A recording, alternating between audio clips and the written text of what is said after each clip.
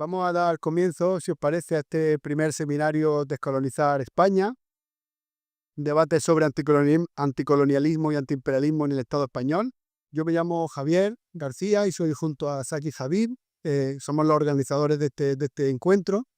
Yo quería daros la bienvenida y agradeceros vuestra presencia, vuestro tiempo de compartir este diálogo con nosotros y con nosotras. Quería explicar que este seminario en realidad es parte de un proyecto de investigación que está financiado por el Ministerio, por la Dirección de Memoria Democrática, que el proyecto trata de discutir cuál es la relación que en el caso concreto español, en la historia de España, tienen, digamos, los legados coloniales del colonialismo español con la emergencia del fascismo español, de la dictadura y con los legados, digamos, de la dictadura en la España de hoy. ¿Cuáles son las conexiones que existen entre el franquismo y la exaltación que hicieron las élites de la dictadura de esa visión imperial de España que todavía hoy podemos reconocer en museos, en narrativas y en diferentes aspectos de la vida política, económica y cultural de España? Y hacemos este seminario porque creemos que un proyecto de investigación no solamente tiene que tener una dimensión de investigación, de erudición, sino que los proyectos de investigación que están financiados públicamente también tienen que ofrecer espacios de discusión, de escucha y de llevar, atravesar, digamos, la frontera del conocimiento hegemónico y tratar también de provocar debates sociales, debates que vayan más allá de la universidad y de los centros de conocimiento. Celebramos este seminario para pensar críticamente el 12 de octubre. Como sabéis, el 12 de octubre es el llamado Día de la Hispanidad, antes llamado Día de la Raza, durante la dictadura franquista, y tiene que ver con una efeméride dolorosa, traumática para los ciudadanos del Estado español y de América Latina, que es el mal llamado descubrimiento de América. El mal llamado descubrimiento de América, que tiene lugar en 1492, que de alguna manera es la segunda fase de la mal llamada Reconquista.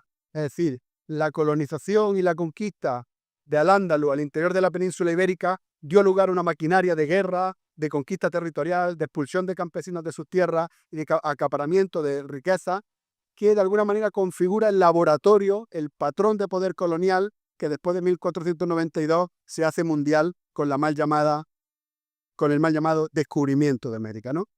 Y además de ese 12 de octubre, y que nos parezca importante desmitificar esa efeméride, ese Día Nacional Español y discutir cuál es su verdadero significado, creemos que hay un debate importante en el mundo occidental sobre la descolonización de la metrópoli. Estamos viendo cómo en el mundo emergen cada vez más voces, las llamadas voces postcoloniales, los países independizados desafían la hegemonía occidental, su hegemonía militar, económica, pero también cultural y también epistemológica.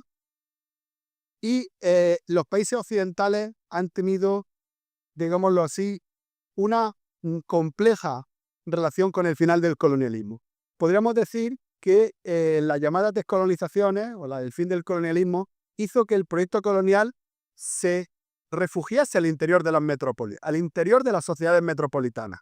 Hay un autor mexicano que se llama Leopoldo Cea, que fue discípulo de Gauss y de los exiliados españoles en México después de la Guerra Civil.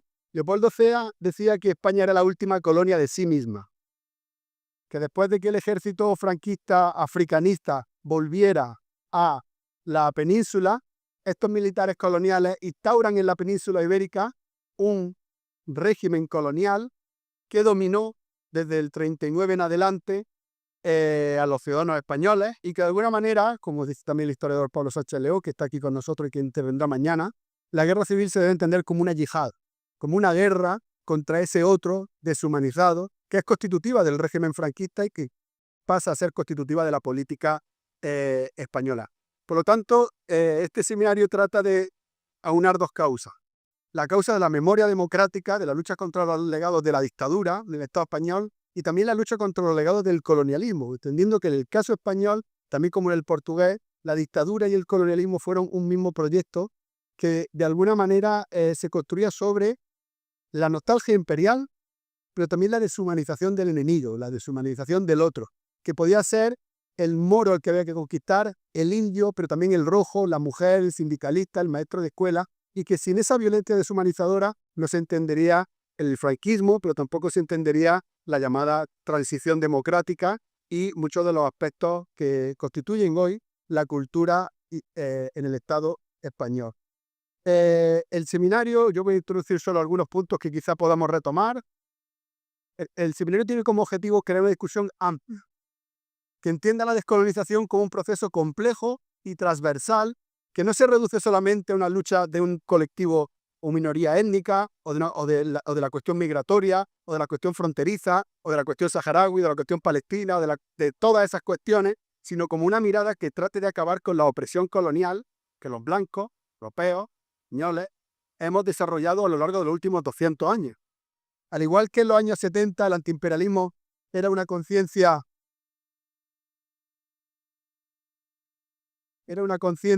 transversal en los movimientos emancipatorios, hemos visto que en la última década la teoría decolonial ha quedado relegada a ciertos sectores y no ha sido asumida por el conjunto de la izquierda en el Estado español.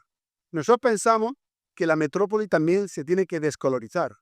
Y no hay que acabar solamente con el dominio colonial, sino con la voluntad de dominar, con el deseo de oprimir, y eso se tiene que producir descolonizando la metrópoli, acabando con el régimen de poder que sigue permaneciendo dentro de los centros metropolitanos. Y esa voluntad de oprimir la seguimos viendo en muchos museos, en la representación que hace la sociedad española de sí misma y de los otros. Lo vemos en el Museo de América, lo vemos en el Museo Antropológico, cómo representamos a los demás, cómo representamos la historia de España, cómo son las representaciones del español en su sentido histórico, y también cómo se anulan en el terreno cultural los crímenes coloniales, el esclavismo, la trata de personas y su importancia para el desarrollo de la historia del arte en España durante todo el siglo XIX y XX. En segundo lugar, también tenemos una tarea fundamental con las fronteras. El Estado español tiene una frontera colonial con África, pero también con América Latina. Somos la frontera sur de esa Europa fortaleza, y en nuestras costas, en nuestras aguas, están muriendo personas que están siendo víctimas de esa realidad neocolonial que fuerza a las personas a salir de sus países, cruzando mares, arriesgando sus vidas, para luego ocupar una posición de economía política inferiorizada dentro de nuestras fronteras. Y esa política fronteriza también nos interpela y nos hace cómplices y responsables, a no ser que estemos decididamente convocados a acabar con ella.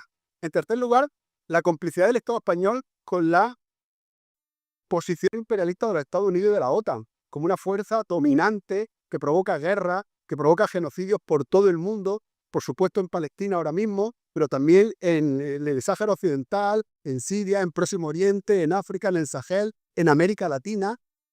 El Estado español ha sido cómplice de esa política imperialista, y yo creo que eso ya se está demostrando con Palestina. Debe convocar una rebelión masiva contra los apoyos que se dan a los estados imperialistas.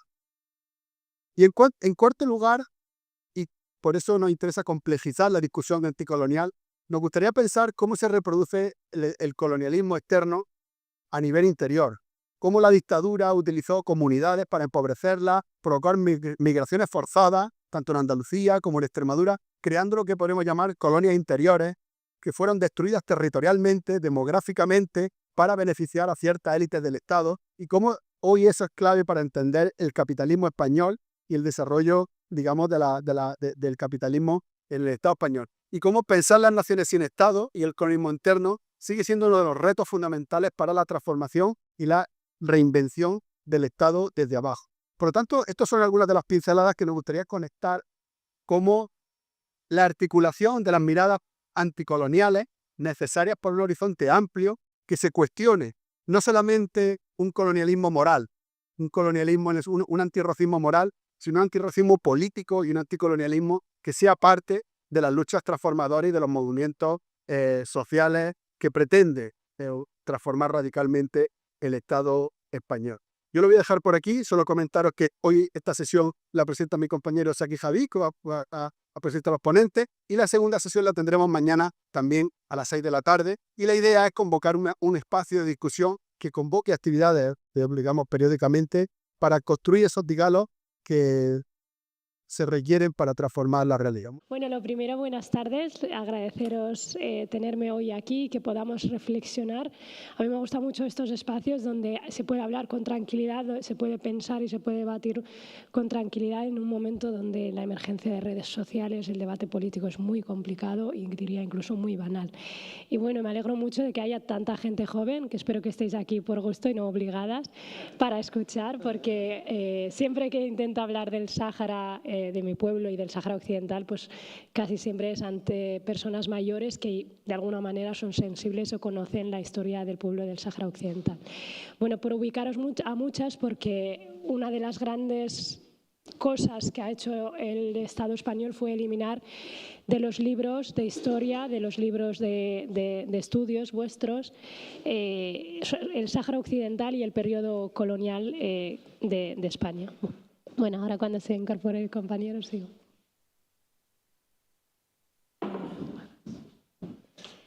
Como comentaba antes, lo primero que ha hecho España cuando abandonó el territorio del Sáhara Occidental fue eliminar la historia, la memoria y sobre todo el periodo colonial de los libros de historia. Apenas hoy en día los libros de texto, que al final son los de la ESO o la universidad, se habla muy poco del Sáhara Occidental. Y eso se ha hecho a propósito, ¿no? España estuvo colonizando el pueblo del Sáhara Occidental desde las conferencias de Berlín, si algunos las conocéis, donde se reparte en África, estuvo en el territorio alrededor de 100 años. 100 años es mucho tiempo de periodo histórico y mucho tiempo dentro del periodo colonial. Es verdad que nosotros y nosotras las saharauis pecamos de hablar sobre nosotras siempre a partir de la muerte de Franco. Es decir, cuando en cualquier sitio te pones a hablar sobre el pueblo saharaui, tenemos la maldita manía los saharauis de hablar de nosotras desde 1975, como si antes de eso no hubiéramos existido o como de alguna manera tenemos cierta romantización de nuestro periodo colonial. ¿Y esto por qué? Y esto no es porque nosotras tengamos amnesia, sino que porque tenemos muy poca información sobre el periodo colonial. Toda la memoria del Sáhara Occidental la ostenta ahora mismo España. De hecho, la salida, que sería la Marcha Verde, la entrada de Marruecos en el Sáhara Occidental en 1976, pues lo que produce es un secuestro de todo ese proceso violento, segunda ocupación, que toda esa información la tiene Radio Televisión Española, porque entonces había muchos colonos españoles que han nacido en el Sáhara Occidental, además de que ha habido una cobertura mediática de todo ese proceso, digamos, de abandono del Sáhara Occidental, y esa información y esos vídeos que han grabado militares, periodistas, reporteros, fotógrafos, las ostenta España, y España no nos la quiere devolver de alguna manera. Entonces, nos tenemos que creer que el proceso colonial de España en el Sáhara Occidental ha sido algo bueno, no nos han obligado a abandonar nuestra lengua. Yo es que he escuchado muchas de estas barbaridades y yo también las decía, ojo, ¿eh? ¿Por qué? Porque al final, desde que España abandona el territorio del Sáhara Occidental, los saharauis, muchos de ellos, entre ellos mis padres, se ven obligados a estar en campos de refugiados en Tinduf, que es en Argelia, el país más próximo, ¿no? ¿Qué pasa? Que muchas familias españolas lo que han hecho es un proceso de acogida, es decir, la cooperación como tirita colonial post a una solución política. ¿Y esto qué quiere decir? Que claro que yo quiero a mis padres españoles, pero mis padres españoles muchas veces se piensan que han acogido a un niño de África porque pasaba hambre. Ellos no lo comprenden como un proceso político, es decir, que yo no vengo a España porque pase hambre en África, sino porque debido al Estado español yo como consecuencia he nacido refugiada, yo y miles de ciudadanos saharauis, ¿no? A mí cuando me preguntan sobre mi pueblo suelo intentar preguntarle a mi madre, porque al final mi madre y mi padre nacieron en el Sáhara Occidental. Yo no he nacido en el Sáhara Occidental, no lo puedo pisar y no creo que mucho menos ahora siendo diputada y la persona más odiada por Marruecos vaya a poderlo visitar, a no ser que haya un proceso de desocupación del Sáhara. Automáticamente las mujeres saharauis, muchas de ellas han sido violadas, han sido bombardeadas por fósforo y Nepal durante la ocupación marroquí. son mujeres que apenas recuerdan cómo ha sido la ocupación colonial española. Y mirad que yo se lo pregunto a mi madre y yo, pero ¿te acuerdas cómo? Porque ella cuando migra a Argelia, a los campos de refugiados, ella tenía 18 años, era una persona bastante mayor como para recordar cómo ha sido una infancia bajo colonialismo y cómo es el proceso de expulsión. Y eso se debe a que los procesos de desplazamiento de los pueblos son muy traumáticos, son muy violentos, y aquí reside el problema, que el pueblo saharaui ha sufrido un proceso de segunda ocupación tan violento que ni siquiera se acuerda de esa parte colonial, ¿no? Y aquí es donde digo yo que no nos tenemos que romantizar el proceso colonial, jamás. El proceso colonial de España ha sido violento, nos ha extirpado nuestra tierra, pero sobre todo gracias al descubrimiento de los fosfatos, el Sáhara Occidental tiene 3 de las 4 reservas mundiales de fosfatos más grandes del mundo. Gracias al descubrimiento por parte de España de esas minas de fosfato, pues ha sido la ruina para el pueblo saharaui, porque ahí pasamos de un desierto cualquiera o una base militar de España a ser un territorio productivo y del que el colonialismo se podía, digamos, beneficiar. Si me alargo mucho, tú dime y me cortas, porque a ver si voy contando cosas. Básicamente, esa parte, para mí, dentro del borrado de la memoria, la romantización de la colonización.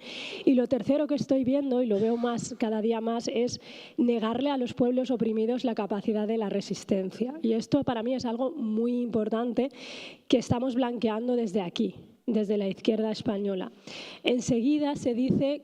Yo el otro día, mi compañero Rufián decía en la tribuna, no existe ninguna causa loable que merezca la violencia. Y con esto hay que tener mucho cuidado. ¿Por qué? Porque ningún pueblo oprimido o colonizado se va a liberar tomando una magdalena con su opresor. Jamás. ¿Por qué? Porque la ocupación y la colonización es tan violenta que irremediablemente, y esto no lo digo yo, lo dice el pensador Fanon. Yo creo que cuando yo he leído a Fanon he entendido mucho mi condición como persona colonizada. ¿Y eso qué quiere decir? Que si tú al final te han violado, te han maltratado, te han robado el territorio, te niegan tu existencia, te deshumanizan, porque son como componentes esenciales para que una ocupación se dé, ¿no?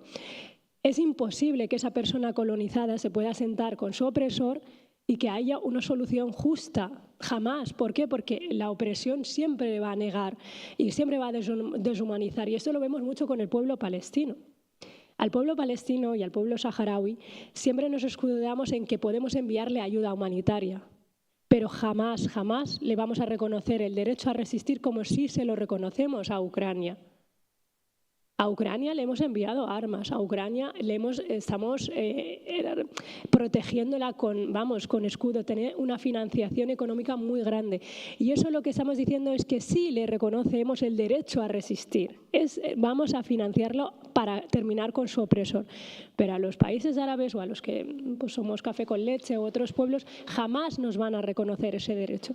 Y aquí la izquierda española, europea, hablo desde aquí España, desde compañeros míos, cometen este error de decir, bueno, no, es que creemos en un paz justa, la existencia de los 2 estados, etc., etc. No, eso es una mentira, eso es de hablar desde un privilegio, porque tú al final, cuando has nacido con todos los derechos garantizados, te es imposible, digamos, renunciar a ellos. ¿Y esto por qué? Es algo muy teórico, pero ningún europeo, sea de derechas o de izquierdas, va a renunciar a su privilegio o va a reconocer que una persona colonizada merezca resistir. ¿Por qué? Porque el capitalismo se sustenta sobre los recursos naturales de estos pueblos. Nuestras comodidades se sustentan sobre ellos. Y voy un poco más allá, ¿no? Lo que nos dicen es que combatamos el fascismo desde nuestra concepción de minoría.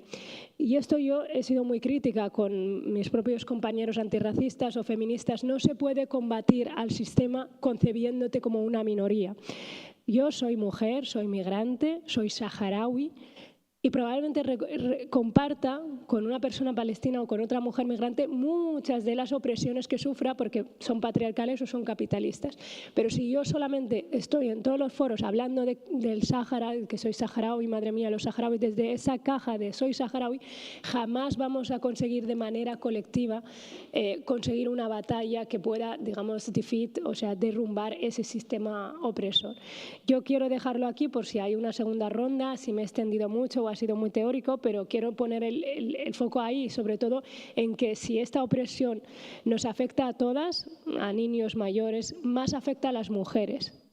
Porque ellas, dentro de sus propios sistemas, yo por ejemplo como saharaui, aunque tengamos un movimiento de liberación como es el Frente Polisario, a las mujeres siempre se nos dice que el feminismo para luego, que primero liberemos la tierra y luego ya vayamos a combatir nuestros derechos. Y eso hace muy complicado para mis hermanas o para mi madre pensar en ellas como una libertad individual. Tengo compañeros antirracistas o anticoloniales que dicen que es erróneo poner las dos luchas a la misma altura, pero yo soy fehacientemente creyente de que tiene que ir un feminismo paralelo a una lucha de liberación, porque si no es imposible. Luego liberaremos nuestra tierra y lo que tendremos son opresiones patriarcales que no hemos sabido trabajar de alguna manera. Ya digo, esto da para 50 años, nosotros llevamos con la segunda ocupación de Marruecos 50 años dentro de poco, y es muy complejo, pero poner el acento en que las mujeres al final sufren el patriarcado y la opresión por doble, digamos.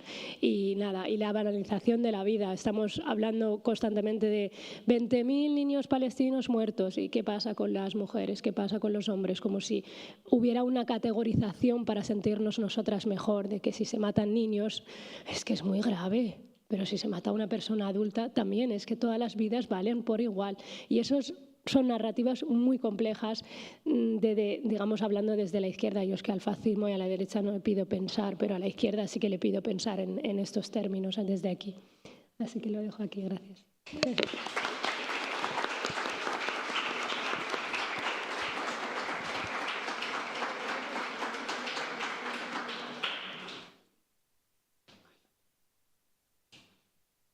Pues nada, muchas gracias por la invitación, muchas gracias por venir a todas las personas que estáis aquí. Es un placer ver a gente joven interesada por estos temas y por organizar el seminario, que espero que pueda ser fructífero.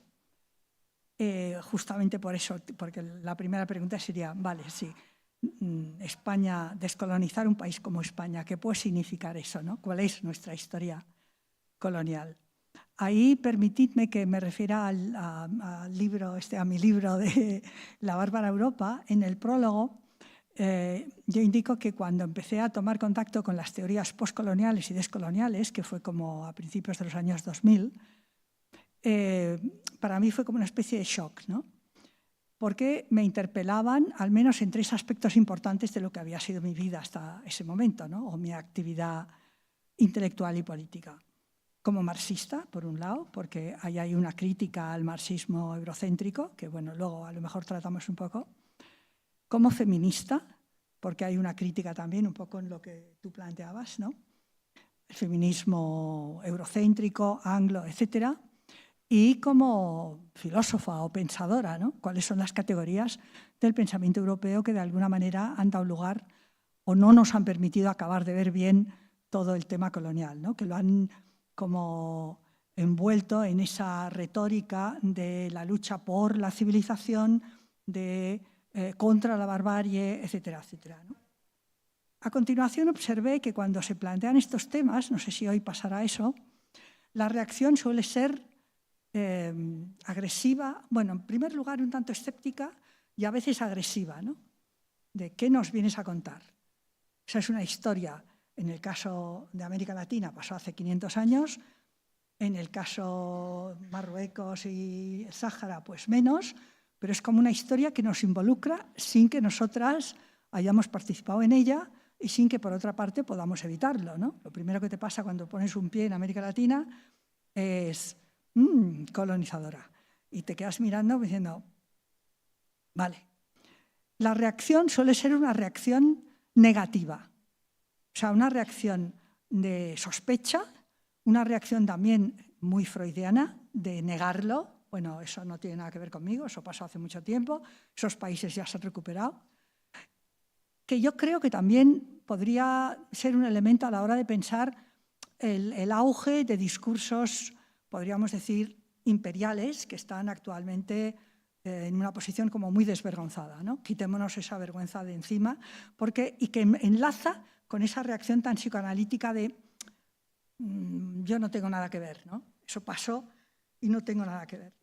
Entonces, al revés, yo creo que hay que hacer un esfuerzo, aunque son cosas que pasaron hace muchos años, pero siguen pasando, como lo estamos viendo actualmente, y por tanto exige, como se decía, no solamente descolonizar la historia, sino también la mirada en las propias metrópolis que están llenas de personas que provienen de esos pasados coloniales y que nos lo recuerdan todos los días. Y que nos hacen poner en cuestión eso que podríamos llamar los privilegios de la blanquitud, de los cuales no solemos ser conscientes, porque normalmente el dominador no es consciente de su dominación, sino que la da como una cosa muy natural, ¿no? Se comporta de una manera como obvia. Es el dominado o la dominada el que de alguna manera le llama la atención y le dijo, oye, tú cuidado, ¿no? Que aquí hay eso. Tomarnos en serio esta cuestión me parece muy importante. Como es obvio, son problemas complejos, yo no tengo la respuesta, solo quería yo hoy intervenir en dos aspectos. Uno, en cuanto a lo que podríamos llamar marxismo y movimiento obrero, y otra en cuanto al tema de feminismo. Voy a intentar ir un poco rápido para que también tengamos lugar al debate, ¿no? Qué duda cabe que el marxismo es una tradición emancipadora, ¿no? De lucha contra el capital y contra la opresión frente a los trabajadores y trabajadoras. Sin embargo, esa dimensión anticolonial que daríamos por supuesta, porque el colonialismo es evidentemente una lógica de opresión que tiene sus aspectos políticos, económicos, culturales, etcétera, no está al menos tan tematizada como deberíamos pensar. Ahí, obviamente, hay una discusión sobre si Marx es eurocéntrico o no, hay posiciones más a favor, más en contra, pero hay textos, por ejemplo, el famoso texto de Marx, que los poscoloniales y descoloniales siempre llaman la atención sobre él, cuando la dominación británica en la India, es un texto de 1856, cuando sabéis que hay la sublevación en la India, y Marx dice, bueno, por muy desastroso que sea esto, por muy horroroso que sea la dominación en la India, los británicos han conseguido poner a la India en la historia. Fijaros en la frase, ¿no? Han conseguido poner a la India en la historia. De la misma manera, podríamos decir, el Imperio Español colocó a América Latina en la historia, colocó a África en la historia. Claro, a continuación uno se pregunta, bueno, ¿qué historia es esa, no? ¿En qué historia la colocarán? ¿Estos países no tenían historia? Allí hay un autor, que no sé si os suena, un autor que se llama Chakrabarty, tiene un libro que se llama Provincializar Europa, que a mí me parece un libro muy interesante, en el que él diferencia lo que llama la historia 1 y la historia 2, o la historia del capital y las historias locales. La historia 1, es decir, la historia de Europa, la historia que estudiáis en el bachillerato y que hemos estudiado todas en la escuela, que es la historia de Europa, es la historia del capital. Es la historia de cómo el capital invade el planeta, cómo coloniza otros territorios, cómo se expande, cómo, podríamos decir, explota a los trabajadores en las metrópolis y a trabajadores y no trabajadores en las colonias. Por tanto, es una historia no tanto de los pueblos europeos y cómo resisten a esa dominación, sino una historia de cómo se expande el capital a través del planeta. Y esa expansión, que es lo que él llama la historia 1, tropieza con esas historias locales, regionales, a veces nacionales, en las colonias y en las metrópolis. Pero en las metrópolis no lo sabemos saber. O sea, no se estudia normalmente eso, ¿no? Todos habéis dado historia y sois la historia de los reyes, de las conquistas, de la conquista, la caída de Granada, la conquista del Nuevo Mundo, etcétera, etcétera, ¿no? ¿Qué resistencias obreras, populares ha habido ahí? Me diréis, la guerra de los comuneros, pues sí, pero seguro que es un párrafo en vuestros libros de historia frente a Colón y a muchos otros. Por tanto, siempre ha habido esas historias locales, regionales, que interrumpen la marcha triunfal del capitalismo. Pero, sin embargo, esas historias quedan como subordinadas, como historias ocultas o silenciadas. Si en algunos textos o incluso en algunas conversaciones, cuando se habla del colonialismo y de por qué Europa ha tenido esa capacidad de colonizar el resto del mundo, supongo que os sonará esta frase, porque los europeos somos más civilizados, tenemos más conocimientos y sabemos más. La respuesta prácticamente nunca es porque tenemos unas armas más potentes, porque tenemos más dinero. Es decir, los autores descoloniales y poscoloniales, los que les llaman la atención no es porque Europa haya dispuesto de un arsenal de conocimientos y civilización, por más que hayan cubierto su lógica colonial bajo ese manto, sino porque ha dispuesto de más dinero, más armas y más poderío. Por tanto, es el poder imperial el que da lugar a ese otro aspecto, que es el que muchas veces se pone de relieve. Bueno, dicho esto, que sería un poco como introducción, vamos a ver cómo el movimiento obrero en España resiste o protesta o actúa contra la colonización. Y ahí quería referirme no tanto a América Latina, que supongo que la conocéis. Oye, si me enrollo, me cortas, ¿eh? Vale. Sino a la guerra de África. No sé si conocéis las guerras de África, supongo que en algún momento habréis estudiado eso.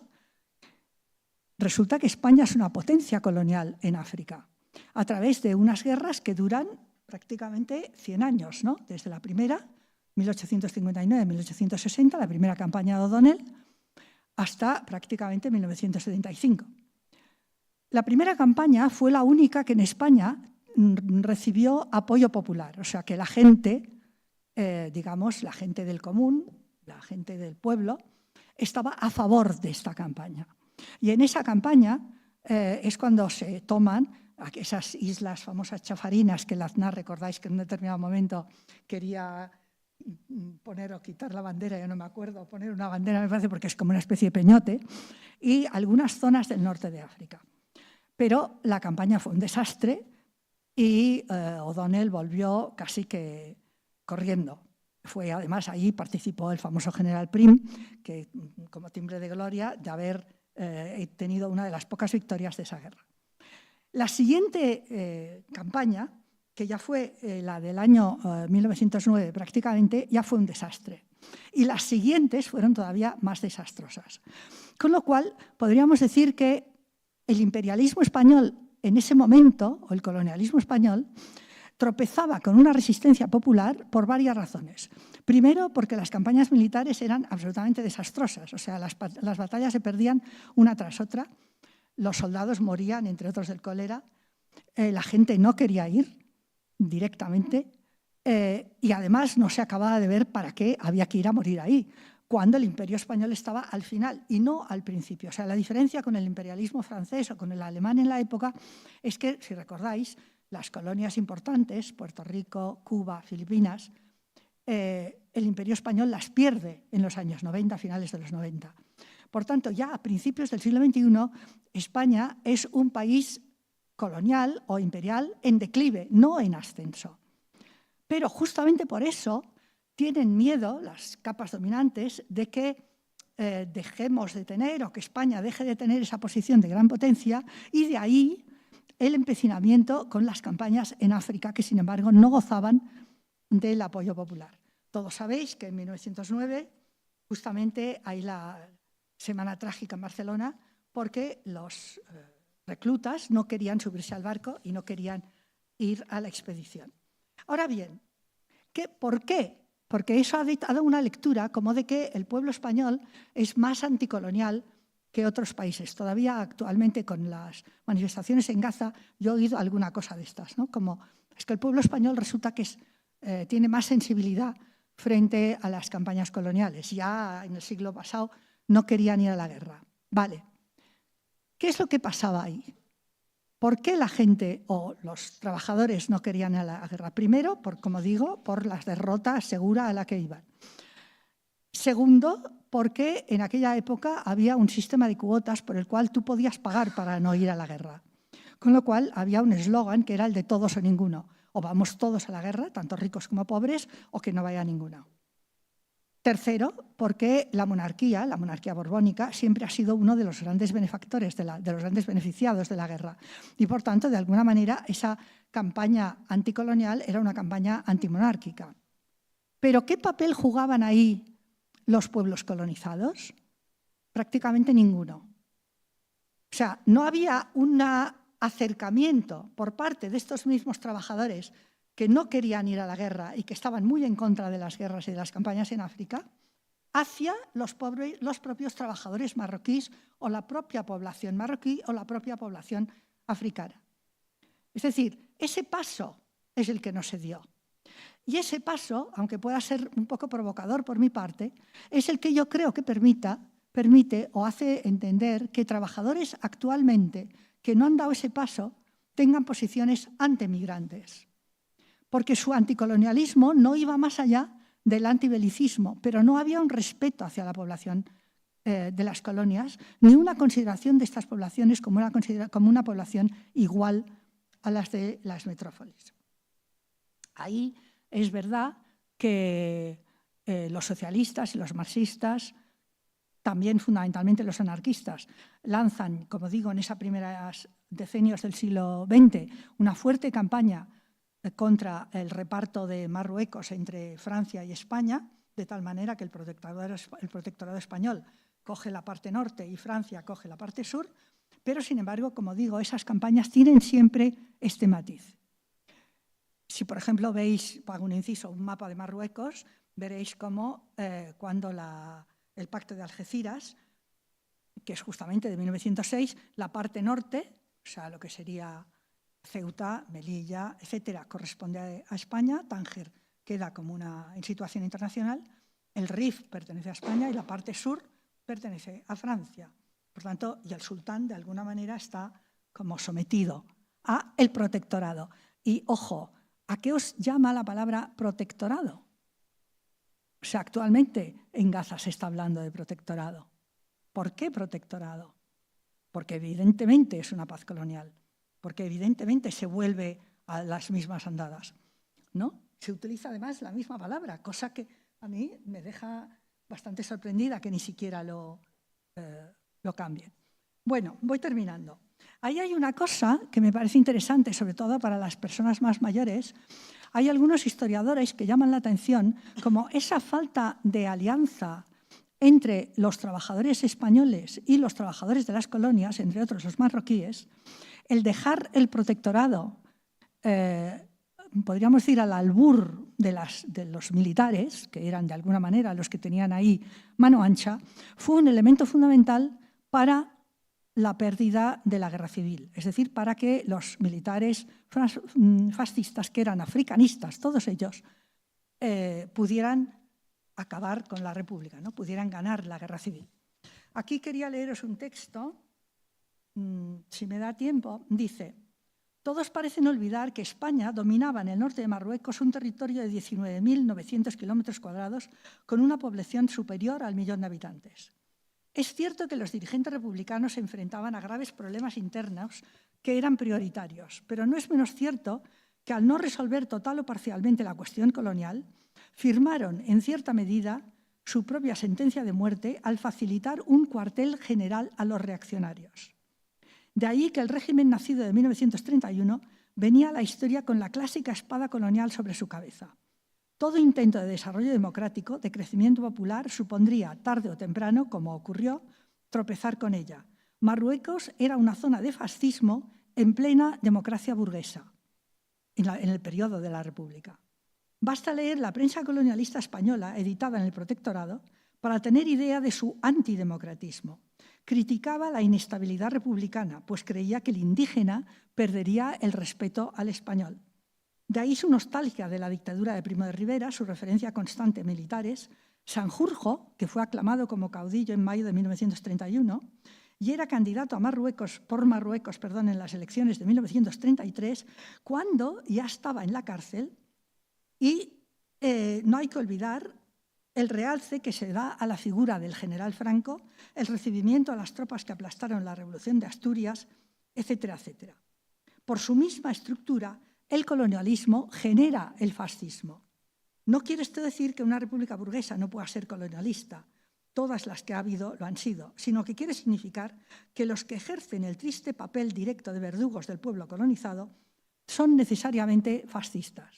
O sea, la tesis del autor es: si la república hubiera llegado a un acuerdo, aunque no hubiera sido un acuerdo, podríamos decir, revolucionario, con el nacionalismo marroquí, y hubiera, podríamos decir, eliminado esa base fascista para el ejército de Franco, quizá la república hubiera tenido otro destino. Obviamente es una teoría, ¿no? Es un contrafáctico, no sabemos lo que hubiera ocurrido. Pero a mí me parece muy interesante tener esa idea en la cabeza, ¿no? Tal vez el protectorado de Gaza sea el inicio o la continuación del fascismo en Israel. Y la segunda línea tenía que ver con los feminismos, ya con eso voy acabando, porque los feminismos también se presentan como una teoría de emancipación, y quién duda de que lo son.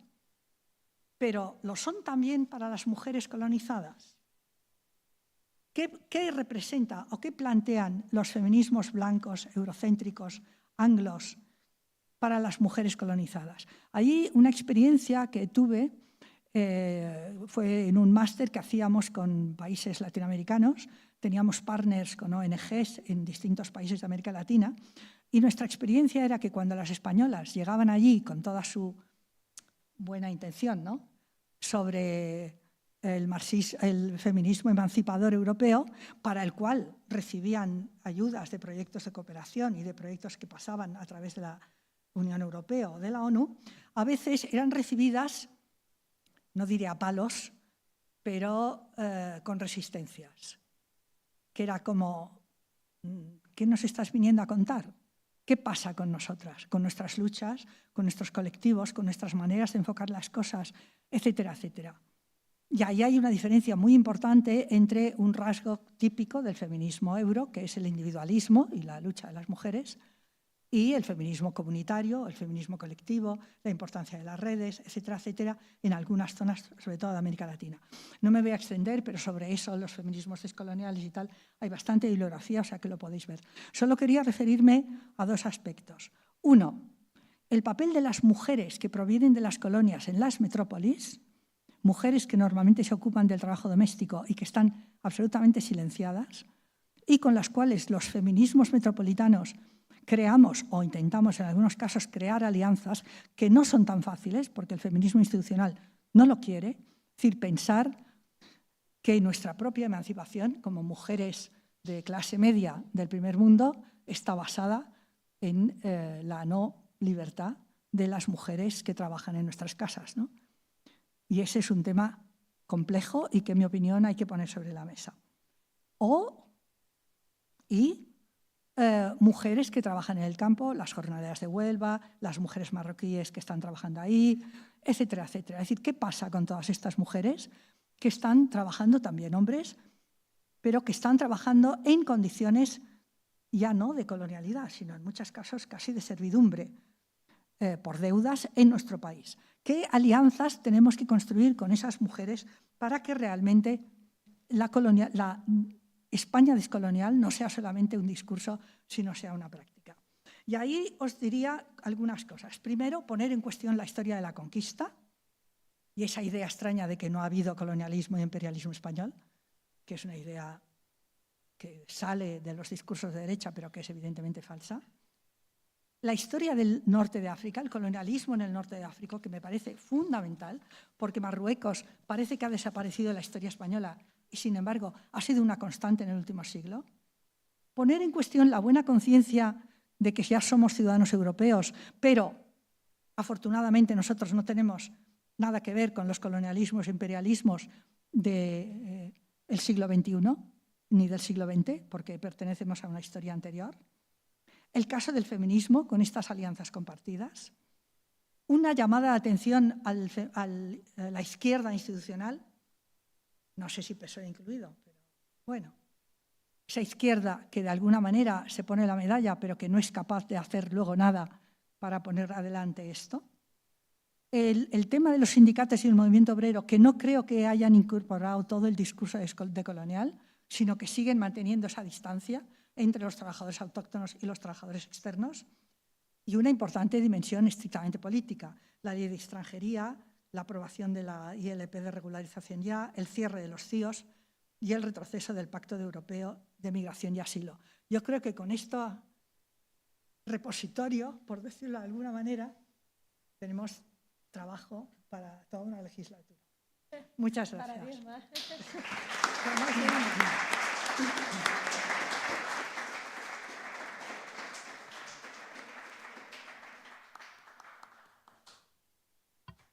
Hola, muy buenas. En primer lugar, disculpas por la tardanza.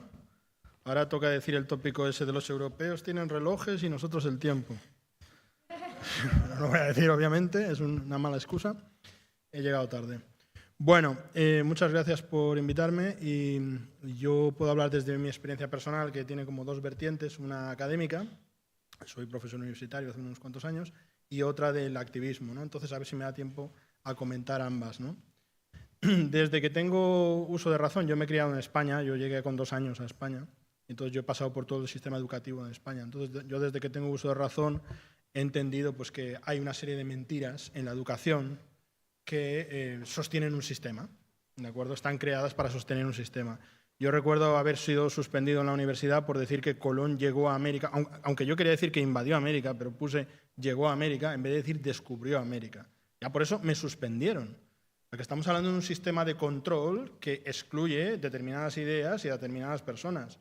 Y no solamente eso, sino que propone recorridos para las personas que son consideradas como ajenas a España o de origen migrante, como se suele decir, migrantes eternos, porque puedes ser nieto de migrantes, pero tú sigues siendo migrante, ¿eh? Llevas esa mochila, nunca sabes cuándo te la vas a quitar. La cuestión era que pues, hasta incluso en las propuestas de recorridos educativos se orientaba a las alumnas y a los alumnos no blancos a trabajos manuales, y se sigue haciendo hoy en día. Todavía hoy en día en los servicios de orientación se dice mayoritariamente a las alumnas y los alumnos no blancos que mejor hagan una FP o que mejor hagan un trabajo de tipo manual porque es más conveniente y que no necesariamente tienen que pasar por la universidad, etcétera, y van matando vocaciones de esta manera, ¿no? Entonces, bueno, lo primero, ser contestatario, pues me ha costado muchísimos problemas en mis estudios y también muchos bloqueos en la universidad. Prácticamente no hay profesores de origen africano en la Universidad Española, poquísimos, y profesoras. En la secundaria tampoco. Podemos decir, bueno, es que las suposiciones, no, las suposiciones hay un tribunal y ese tribunal decide quién pasa y quién no pasa. Y hay maneras de decir por qué no ha pasado esta persona o por qué no ha pasado aquella, que no son objetivas. No se trata de máquinas, sino se trata de seres humanos con todos sus prejuicios, ¿no? Entonces, existe un bloqueo, existe una serie de mentiras que se nos difunden a través de la educación. Particularmente una de las peores es esa supuesta confrontación entre lo africano y lo español, de la que voy a hablar ahora si tengo tiempo, entre lo islámico y lo cristiano, y todo este constructo de que la colonización, si existió, pues en realidad fue buena para los pueblos colonizados, etcétera, ¿no? Y que tiene más efectos positivos que negativos, etcétera, ¿no? Y luego está el bloqueo a la entrada de personas no blancas a la universidad. Está blindado. No solamente está blindado, sino que incluso por parte de aquellas personas que se dicen pues, más de izquierda, que se dicen más abiertas y tal, siguen bloqueando y siguen copando espacios y se siguen llevando... Pues en una mesa como esta está bien representada, pero yo he estado en muchísimas mesas en las que soy el único de 20 personas, ¿no? Y habiendo muchas personas a las que se puede llamar, ¿no? Entonces esos bloqueos están ahí, está clarísimo. Entonces, a través de mis estudios sobre la realidad española, yo quería llegar al origen del racismo, ¿no? Yo quería saber cuándo empezaba el racismo, porque el racismo es una ideología y siempre hay gente que se nos dice que eso ha existido desde siempre, pero obviamente no. Es un constructo social y ha sido creado por los seres humanos, ¿de acuerdo? No es algo consustancial al ser humano ni nada por el estilo. Entonces, a través de mis investigaciones, pues llegué a la conclusión, y es lo que traté en mi tesis doctoral, de que el racismo se originó en España. Es decir, España inventó el racismo contemporáneo. Lo pongo aquí encima de la mesa, supongo que hace un poco de daño a algunas personas, pero es la realidad. Quiero decir, las primeras leyes que tenemos que discriminan a los seres humanos por su biología son españolas, y son los estatutos de limpieza de sangre. Los estatutos de limpieza de sangre estuvieron vigentes en España desde 1449 hasta 1886 y prohibían a cualquier persona de ascendencia judía, africana negra o norteafricana y gitana, o sea, romaní, el acceso a cualquier profesión respetable. Y es más, ese bloqueo fue tan intenso y fue tan relevante que motivó varias revoluciones en España. De hecho, la revolución de las Cortes de Cádiz se intentó acabar con eso y no se pudo acabar con ello. Las Cortes de Cádiz, que han sido como, no sé, la Constitución de Cádiz, que está considerada como tan liberal, etc., no abolió la esclavización y estableció una barrera entre españoles de origen europeo y españoles de origen africano, por los cuales los españoles de origen africano no tenían derecho a la nacionalidad plena. Y ya sabemos lo que está pasando hoy en día, ¿no? Si eres de origen africano hoy en día, según la ley de extranjería, necesitas 10 años de naturalización, más todos los años del proceso posterior, para poder tener la nacionalidad plena en España. Y si vienes de otros orígenes, como la Unión Europea o Latinoamérica, etcétera, son 2 años. Sigue existiendo esta barrera y este bloqueo antiafricano que yo he dado en llamar la desafricanización de España.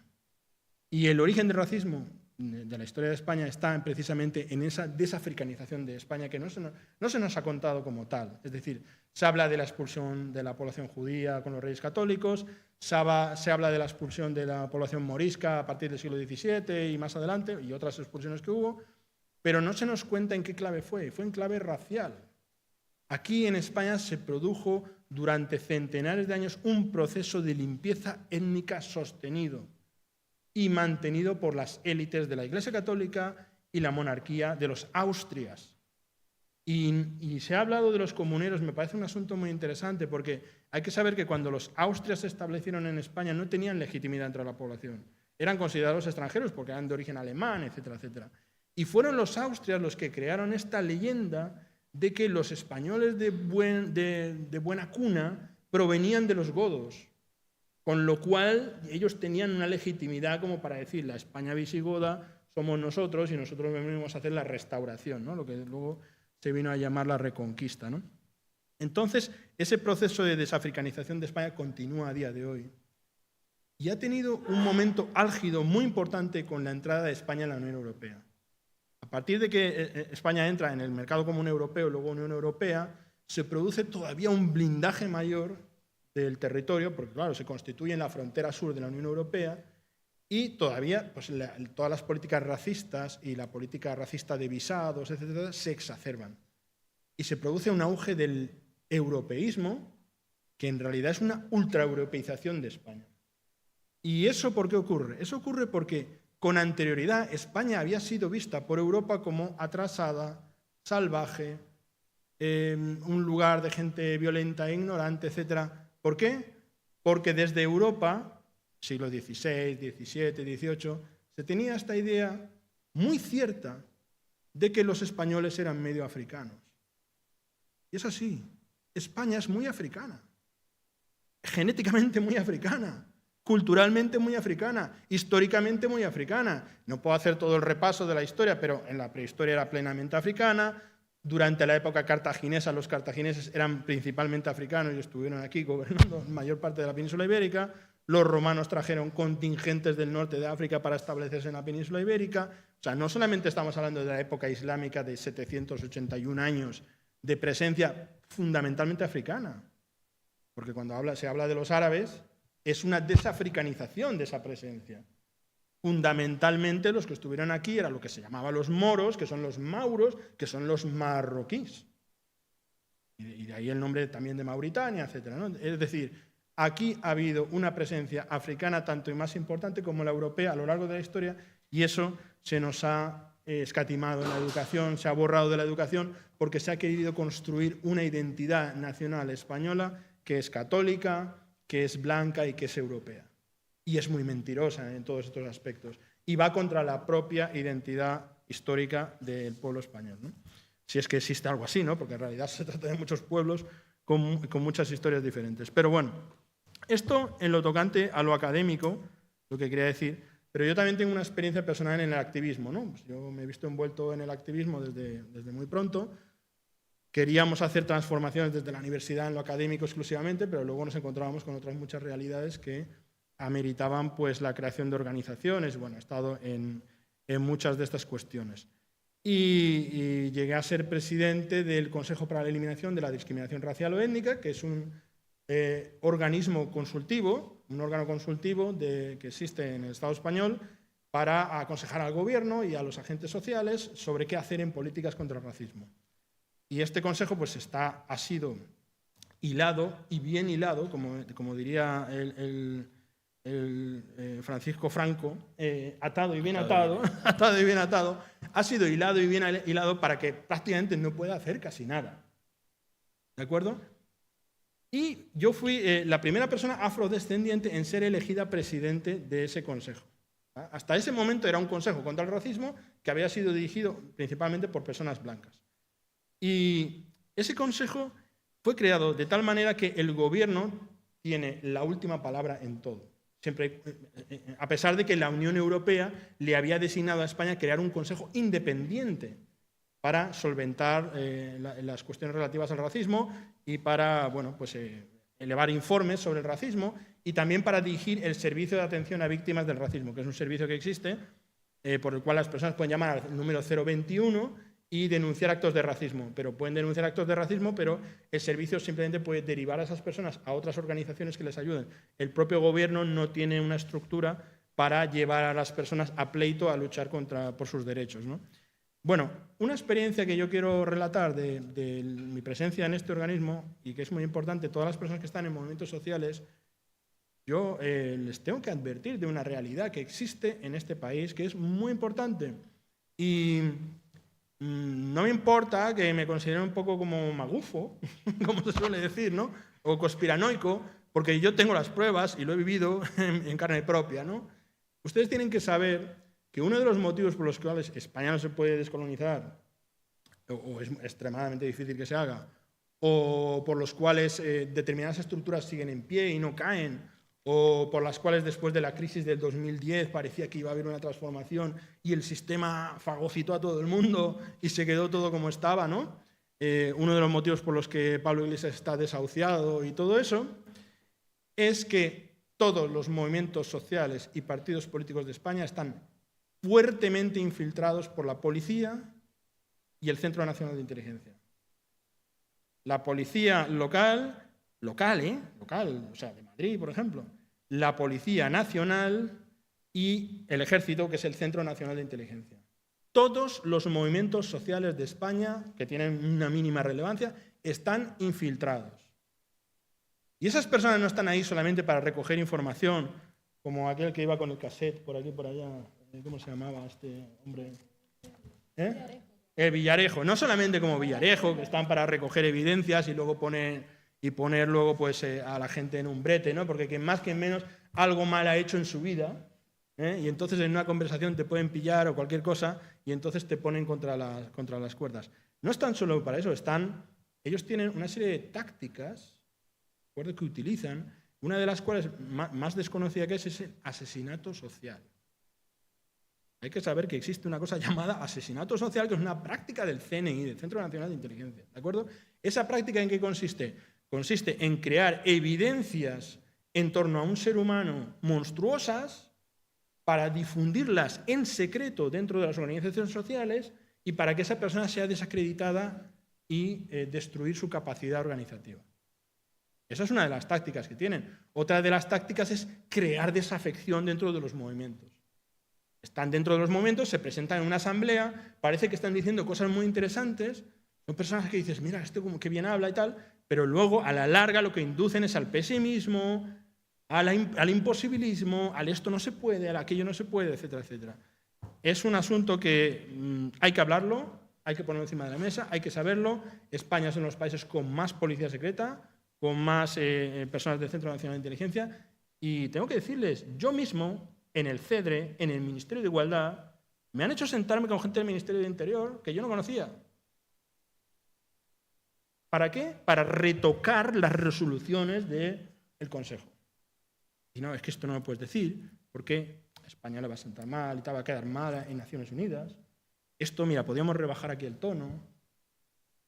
¿De acuerdo? Entonces, es una realidad que hay que saber, hay que conocer, para que cuando estemos en la lucha no creamos que todo se debe a nuestra propia incapacidad para organizarnos para el cambio social. En la lucha, por ejemplo, antirracista, ¿no?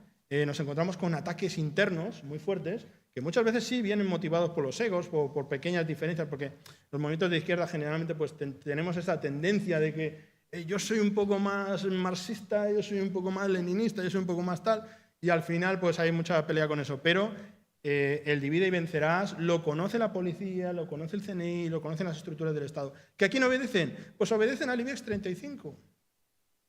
Obedecen a las grandes fortunas de España, que son las mismas fortunas que construyeron el colonialismo en Marruecos, que construyeron el colonialismo en América, o yo prefiero llamarlo Abya Yala, que son las que se beneficiaron de la esclavización. España fue la 5ª potencia mundial esclavista, algo que no se cuenta en los colegios. Hay personas de Vox que son descendientes de hacendados cubanos que se enriquecieron con la esclavización.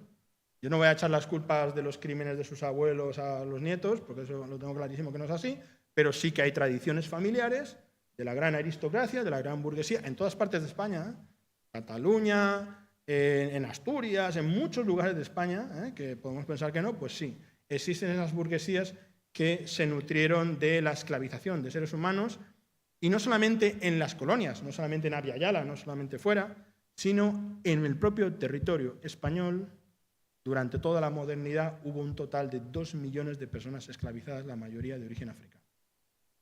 2 millones de personas esclavizadas.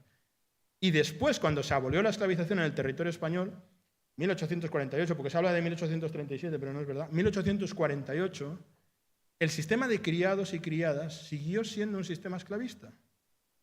Y hasta después de la Guerra Civil Española, hasta los años 80, todavía existía este fenómeno de las criadas que no recibían sueldo y que tenían que pedir permiso para casarse.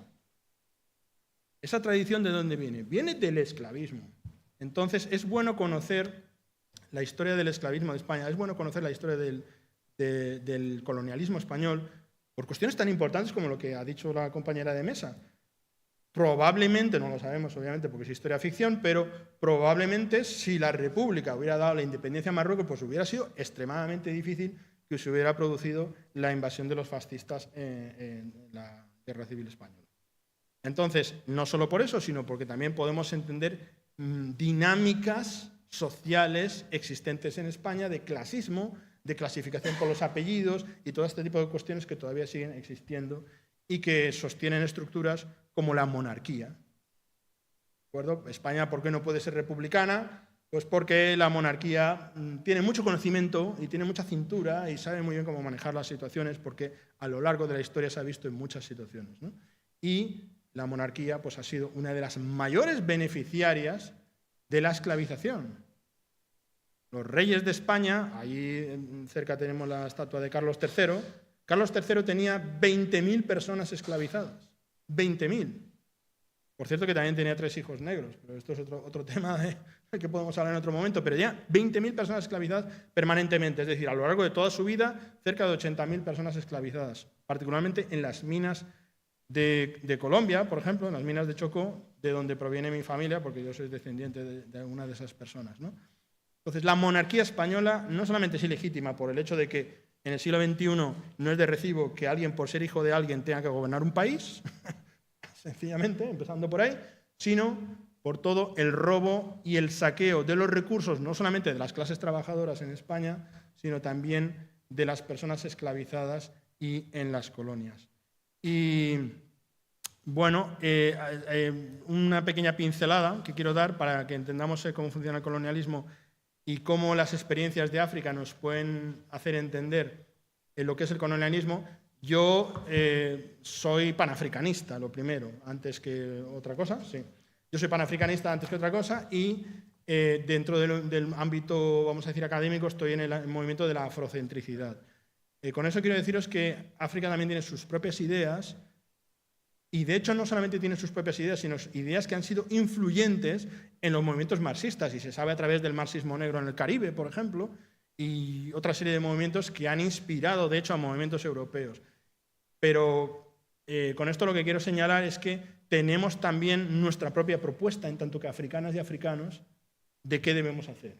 Porque lamentablemente a veces también ocurre, desde la izquierda emancipatoria hay un paternalismo de deciros, no les enseñes a pescar, dales una caña. Perdona, teníamos caña, nos las habéis quitado.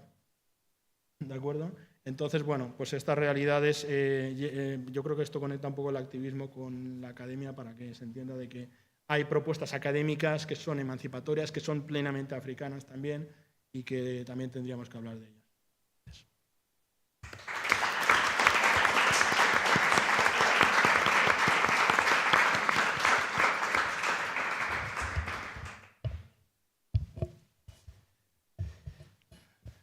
Muy bien, muchas gracias, muy buenas tardes. Gracias por la asistencia. Quisiera felicitar a Javier, a Zaki por la organización del seminario. Es muy necesario y oportuno, no por el 12 de octubre, sino como un espacio permanente de reflexión, de articular propuestas de futuro, porque evidentemente no hay proceso de emancipación sin plantear un cuestionamiento de las matrices coloniales, patriarcales y racistas que constituyen lo que es este Estado y también nuestra historia, nuestra memoria popular como cultural.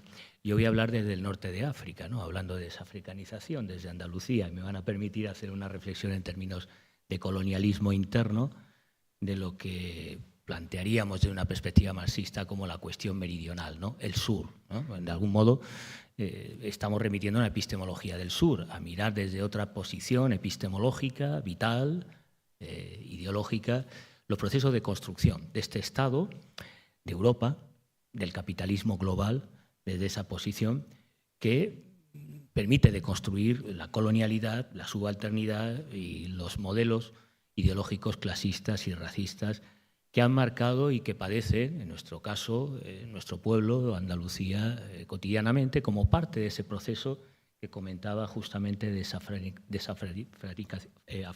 desafricanización, que bueno, constituye uno de los elementos vitales para entender la cuestión meridional. Y lo hago en un contexto, este año, que es el de la celebración del aniversario de la Gran Redada, ¿no? Hablábamos antes del papel de la monarquía en este país, del papel de personajes como el Marqués de la Ensenada para la persecución, en este caso del pueblo gitano. Recomiendo un documental de Pilar Tábora muy interesante al respecto, en el que se narra y cuenta documentalmente esa historia negada en este país históricamente y que remite a las cuestiones centrales de los estudios decoloniales. Me refiero al papel que tuvo España en el siglo XV y XVI, de lo que algunos reivindican, y esto es un elemento importante porque es el origen, la génesis del capitalismo, sin el que no hubiera sido posible, no solo por la esclavitud, sino por la explotación de materias primas y el proceso de acumulación originaria, no hubiera sido posible el capitalismo, no hubiera sido posible el proceso de globalización, no hubiera sido posible el diseño cartográfico del mapa global del sistema mundo a este respecto. Hay un autor que recomiendo su lectura, Bolívar Echeverría, que habla justamente del etos barroco, ¿no? Enrique Dussel plantea mucho cómo en el Mediterráneo, esta cuna de culturas, de África, del contorno del sur de Europa, las hibridaciones culturales, el proceso de comercio, de interacción, de colonización que ha habido en este territorio, marcó procesos de transformación histórica importantes y también hizo posible la construcción de ese sistema mundo. Y Bolívar Echeverría insiste mucho frente a lo que se haría, lo que Mark Fisher denomina el realismo capitalista, pues una forma de adaptación creativa que tuvieron en el sur de Europa, en territorios como Andalucía, el proceso de acomodación a ese capitalismo global. Un capitalismo básicamente del norte y del centro de Europa que, dadas nuestras culturas hibridadas, mestizadas, diversas que ha habido en territorios del Mediterráneo, en particular hablo de Andalucía, pues evidentemente la forma de saber, de ser, de estar, de vivir y de sentir en el mundo entraban en colisión con esos modelos.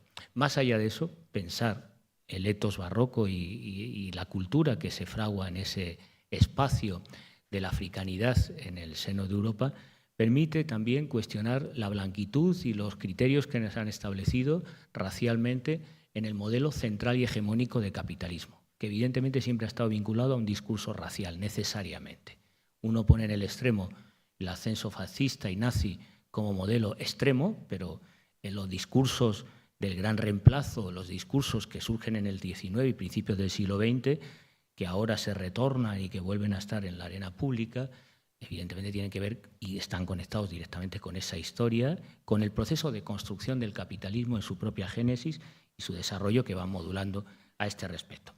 Todos sabemos que las comunidades políticas se construyen a través de imágenes y de imaginarios. Desde Benedict Anderson sabemos que toda comunidad política, si hablamos del nacionalismo, con o sin Estado, es un elemento fundamental en la construcción cultural. Y me van a permitir empezar justamente con los imaginarios. Yo creo que el gran debate o disputa que tenemos en el frente de confrontación del imperialismo, del colonialismo, del racismo, tiene que ver con los imaginarios que han ido permeando el Estado español y que siguen figurando no solo el 12 de octubre, sino yo diría cotidianamente en distintas narrativas, ¿no? Desde el punto de vista institucional, político. En fin, los imaginarios son potentes, ¿eh? Sabemos desde Castoriadis que son procesos instituyentes, constituyen el demos y, por supuesto, tienen una pregnancia y una capacidad de influir totalmente dominante en varios sentidos. Primero, en la construcción de la espacialidad, que entendemos por centro y periferia, que entendemos por norte y sur.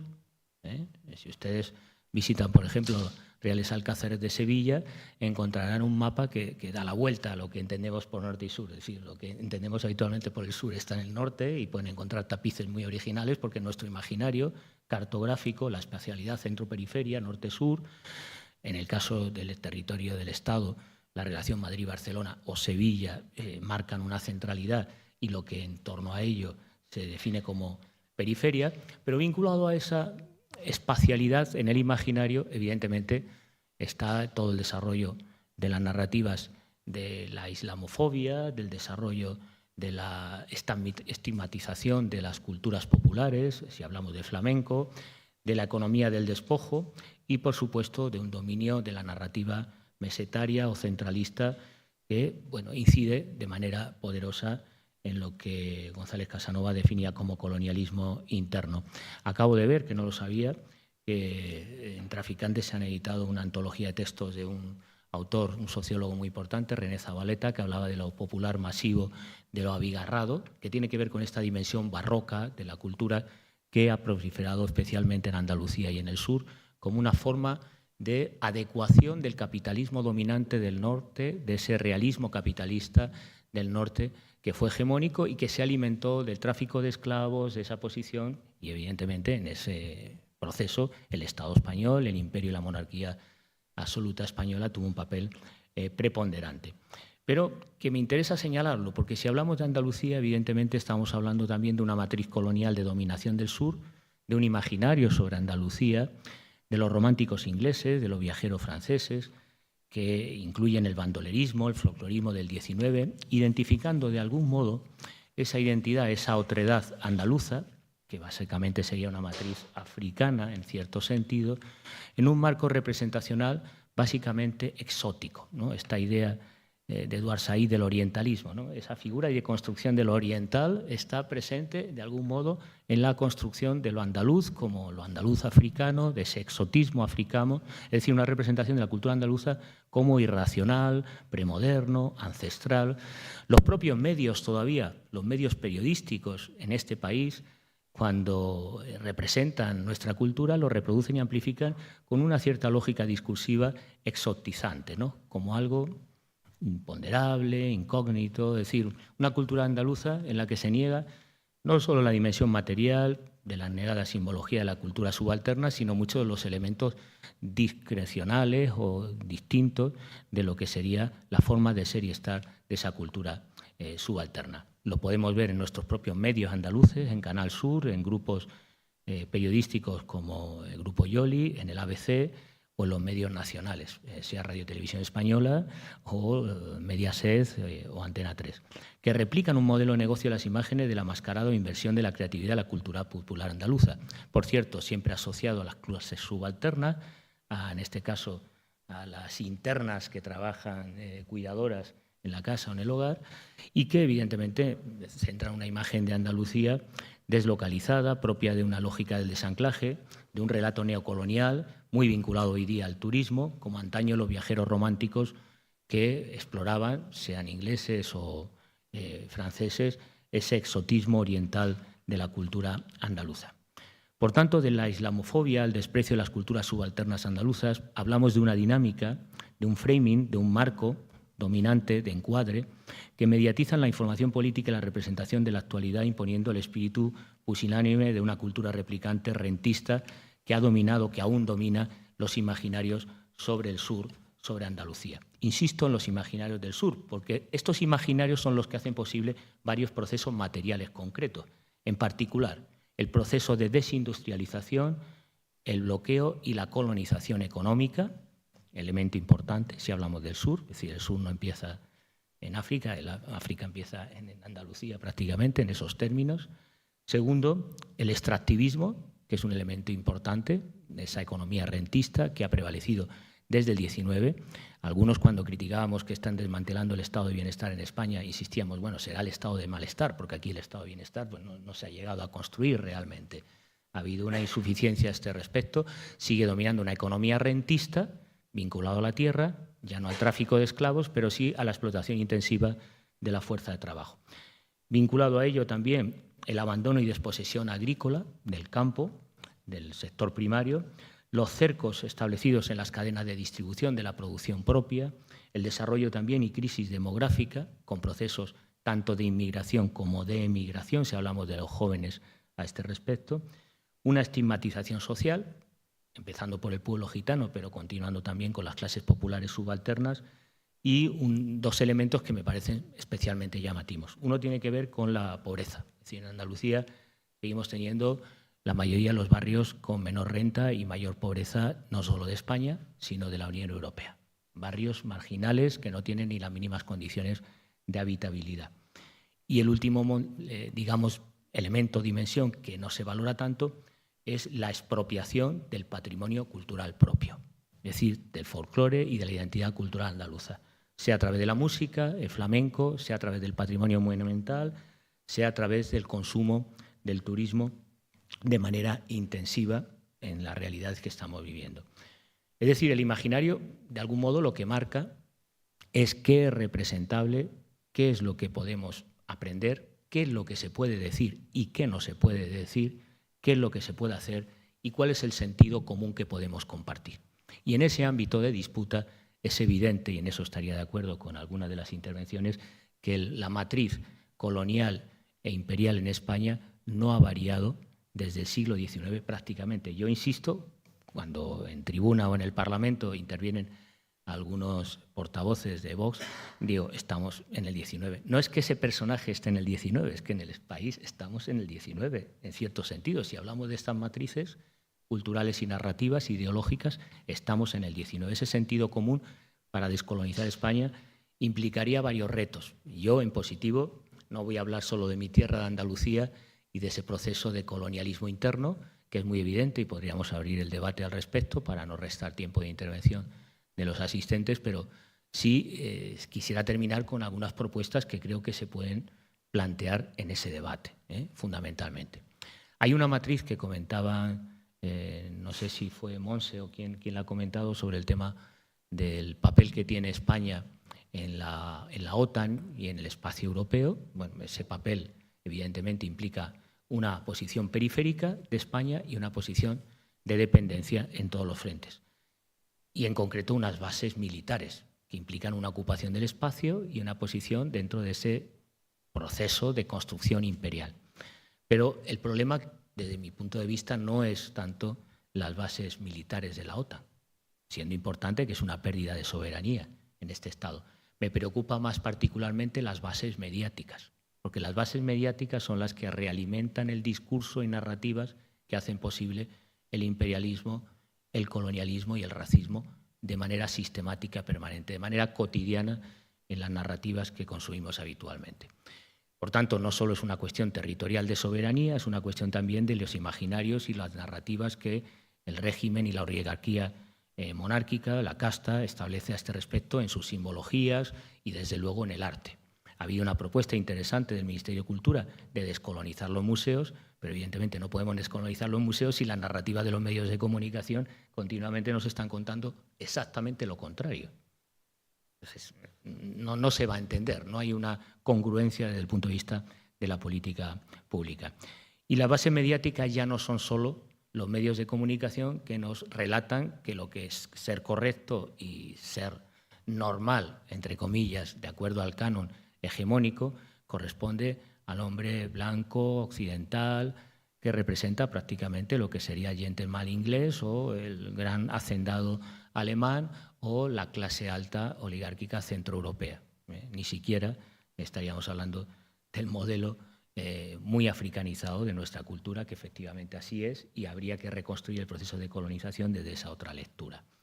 Bueno, difícilmente lo podemos formular de ese ámbito. Y digo, no son solo las bases mediáticas en el sentido de colonización ideológica. Los medios son americanos y las narrativas que nos están contando no solo son las del trumpismo desde la Casa Blanca, son también esas narrativas que replican nuestros medios de comunicación y que ahora se extienden de manera porosa, con una penetración como nunca antes en la historia de la humanidad a través de las redes digitales. Es decir, a través de Silicon Valley se construye una narrativa racista, no solo fomentando el discurso racista, imperial y claramente orientado a una matriz de la cultura WASP, blanca, anglosajona y protestante, que es hegemónica y que, por tanto, cuando hablamos de transformación de esta matriz, tendremos que hablar de descolonización de las redes digitales, de las plataformas digitales y de la llamada cibercultura o de la esfera digital. Sin ello, esa disputa no se resuelve en los museos, se resuelve justamente en ese frente cultural, a mi juicio, ¿no? Y hay 4 alternativas que desde los años 70 se plantearon en los debates para la descolonización del mundo y de la cultura a este respecto. Primero, descolonización del sistema cultural y del sistema informativo, que esto pasa porque no tengamos dependencia tecnológica ni informativa. Europa somos totalmente dependientes, España no digamos, de las matrices de los GAFAM, de las grandes compañías, de las Big Techs. Por tanto, si no hay soberanía informativa, no podemos reconstruir siquiera esas matrices y discutir los procesos de colonización. Segundo, hay que democratizar la máxima garantía para que haya otras narrativas, otras voces y otras culturas y que sean visibles y tengan su propia voz, es que hay que democratizar la esfera pública. Y el dominio público no se democratiza sin políticas públicas.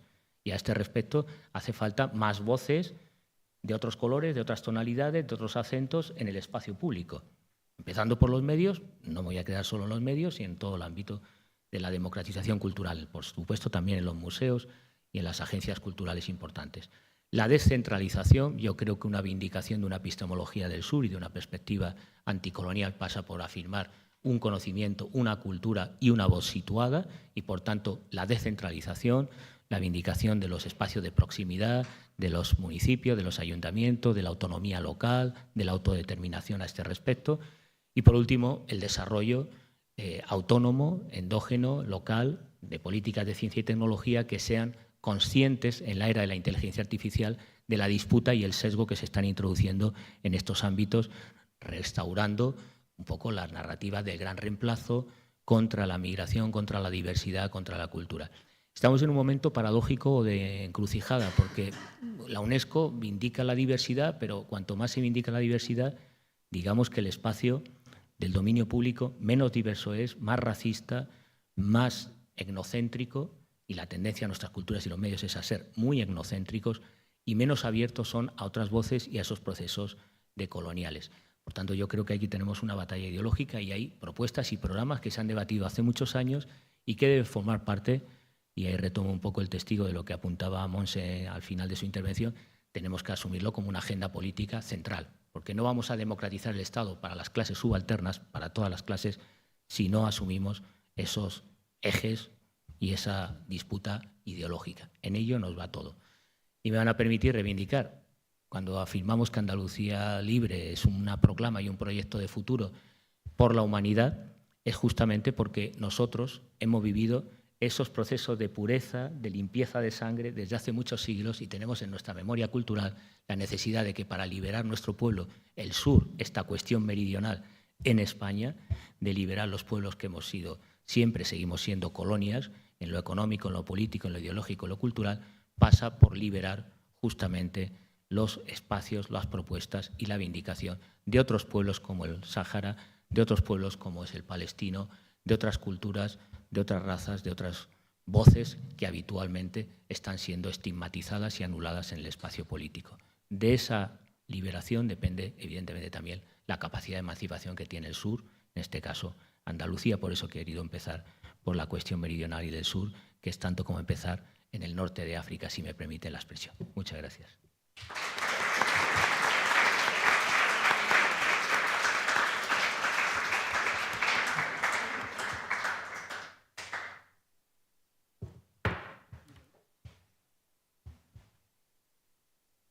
¿Está entendido? ¿No hace falta? Ah, vale. Vale, entonces, bueno, muchísimas gracias a los ponentes. Abrimos el espacio ahora para preguntas o comentarios. Quien quiera intervenir, que levante la mano, por favor.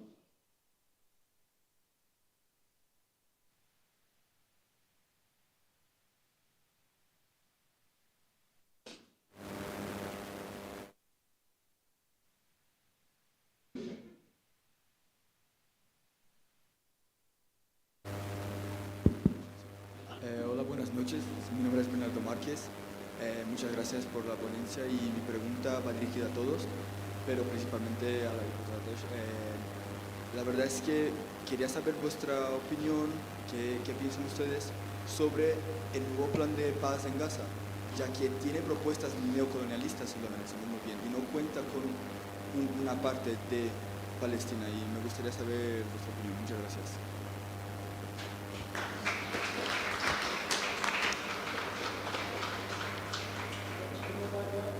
Vale, hacemos varias.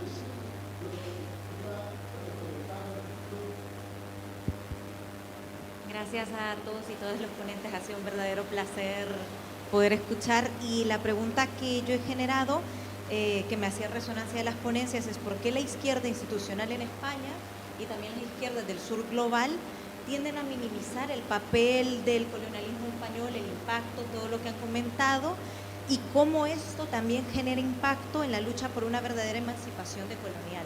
Entonces, nada, muchas gracias.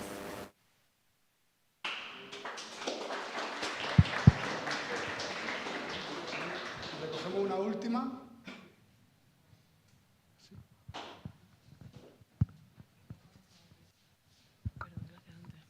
Ay, mierda. Hola, buenas. Tenía una pregunta, no me acuerdo cómo se llama usted. ¿Cómo? Vale, gracias. Le quería preguntar sobre cuando dijo el tema de cuando vienen extranjeros a España y eso, que creo que había dicho algo de tipo el tiempo que tardan en recibir la nacionalidad, algo así, tipo que algunos tienen como, entre comillas, privilegios, otros no. Si me lo podría en plan, recalcar de nuevo para que me quede claro, por favor. Muchas gracias. Sí. ¿Alguna más o ya estarían? Vale, perfecto. Yo voy a intentar responderlas todas. Algunas no es que tenga una respuesta, pero sí una reflexión. Voy a empezar por la parte de la nacionalidad, ¿vale? Es una de mis grandes batallas, de hecho es la cuestión que a mí me llevó a la política institucional en España. Mira, mis padres, los dos, los biológicos, tienen nacionalidad española porque nacieron cuando aún vivía Franco, porque el Sáhara era provincia española, ¿no? Llegaba a serlo. Y yo tardé 24 años en obtener la nacionalidad española. Y vine a España con 7 años, ¿vale? Castellano, parle valencià, bueno, todas las milongas estas que cuentan de la integración, etc. ¿Qué pasa? Que es que España, toda la gente, bueno, al pueblo saharaui, que somos hijos de españoles, nos niega ese acceso a la nacionalidad porque se escuda en que los saharauis nacidos en Tinduf no avala, digamos, la República Saharaui que nos da la partida de nacimiento. Y yo les digo, si yo he nacido refugiada por culpa de España, no tengo ningún otro estado que certifique donde he nacido que la República Saharaui, y la República Saharaui es un miembro fundador de la Unión Africana, ¿no? Ahí entras en una lógica de deshumanización. Yo llegaba a hacer colas desde las 5 de la mañana, ahora ya no se ven en extranjería porque se escudan en la cita online, pero cuando yo era pequeña me iba mi hermano mellizo, mi padre y yo a colas de extranjería, nos levantábamos a las 5 de la mañana y a las 2 cerraban la oficina de extranjería. Cuando yo llegaba, por suerte, algún día a ese turno de colas que daban la vuelta, no en Madrid, en ese caso en Alacant, el funcionario te decía, es que estos papeles son de un país que no existe, entonces tú no existes. Y yo tenía 12 años, era pequeña, me lo decía un funcionario a la cara o un policía a la cara, no existes. Y le decía, es que yo no tengo ningún otro país que me pueda certificar mi existencia según vosotros, pero mi padre es español. Entonces entras en unas lógicas de deshumanización y de burocracia. Luego, otras veces el problema era que las tasas que he pagado, como ahora era enero y era otro año, esas tasas han variado unos céntimos, entonces la tasa ya no me valía y vuelta otra vez a empezar. Y así constantemente hasta que yo cumplo 21 años. ¿Qué pasa? Que cuando tú cumples 21 años ya no puedes pedir la nacionalidad porque tu padre sea español, sino que entro en el régimen general de extranjería que aplica a todos los ciudadanos de origen africano o no contemplados dentro, digamos, de ese régimen de países, excolonia, etc. España reconoce a América Latina como con un pasado colonial, entonces a los ciudadanos de América Latina o de Abya Yala, como bien ha dicho, pueden estar 2 años residiendo aquí y pueden solicitar la nacionalidad, pero nosotras no, tenemos que estar 10 años residiendo, aparte de los que ya estuve haciendo esas colas, que fueron desde los 7 años. ¿Qué pasa? Que para que yo cumpla esos 10 años tengo que estar trabajando. Yo empecé a trabajar en España a los 17 años y hasta que no estuve cotizando y trabajando con residencia en España durante 10 años, no podía empezar a solicitar la nacionalidad. Cuando la solicité, ¿sabes qué pasó? Yo sé que esto es un trauma, es muy largo de contar, pero cuando la solicito, entregué los documentos en un registro para pues, todos los documentos, la partida de nacimiento, todo otra vez, el pasaporte, y el registro perdió ese registro. ¿Por qué? Porque era físico y los registros pues van y pierden las cosas. Nadie a mí en esos 4 años que estuvo mi expediente perdido me llamó, ni me solicitó un documento, ni me dijo nada. Cada vez que iba, está en curso, está en curso. Cuando ya, y mi caso no es un caso aislado, es un caso que le pasa a miles de personas. Ahora mismo está digitalizado el proceso, pero aún así tienes que pasarte esos 10 años más el tiempo que tardan en resolverte el expediente.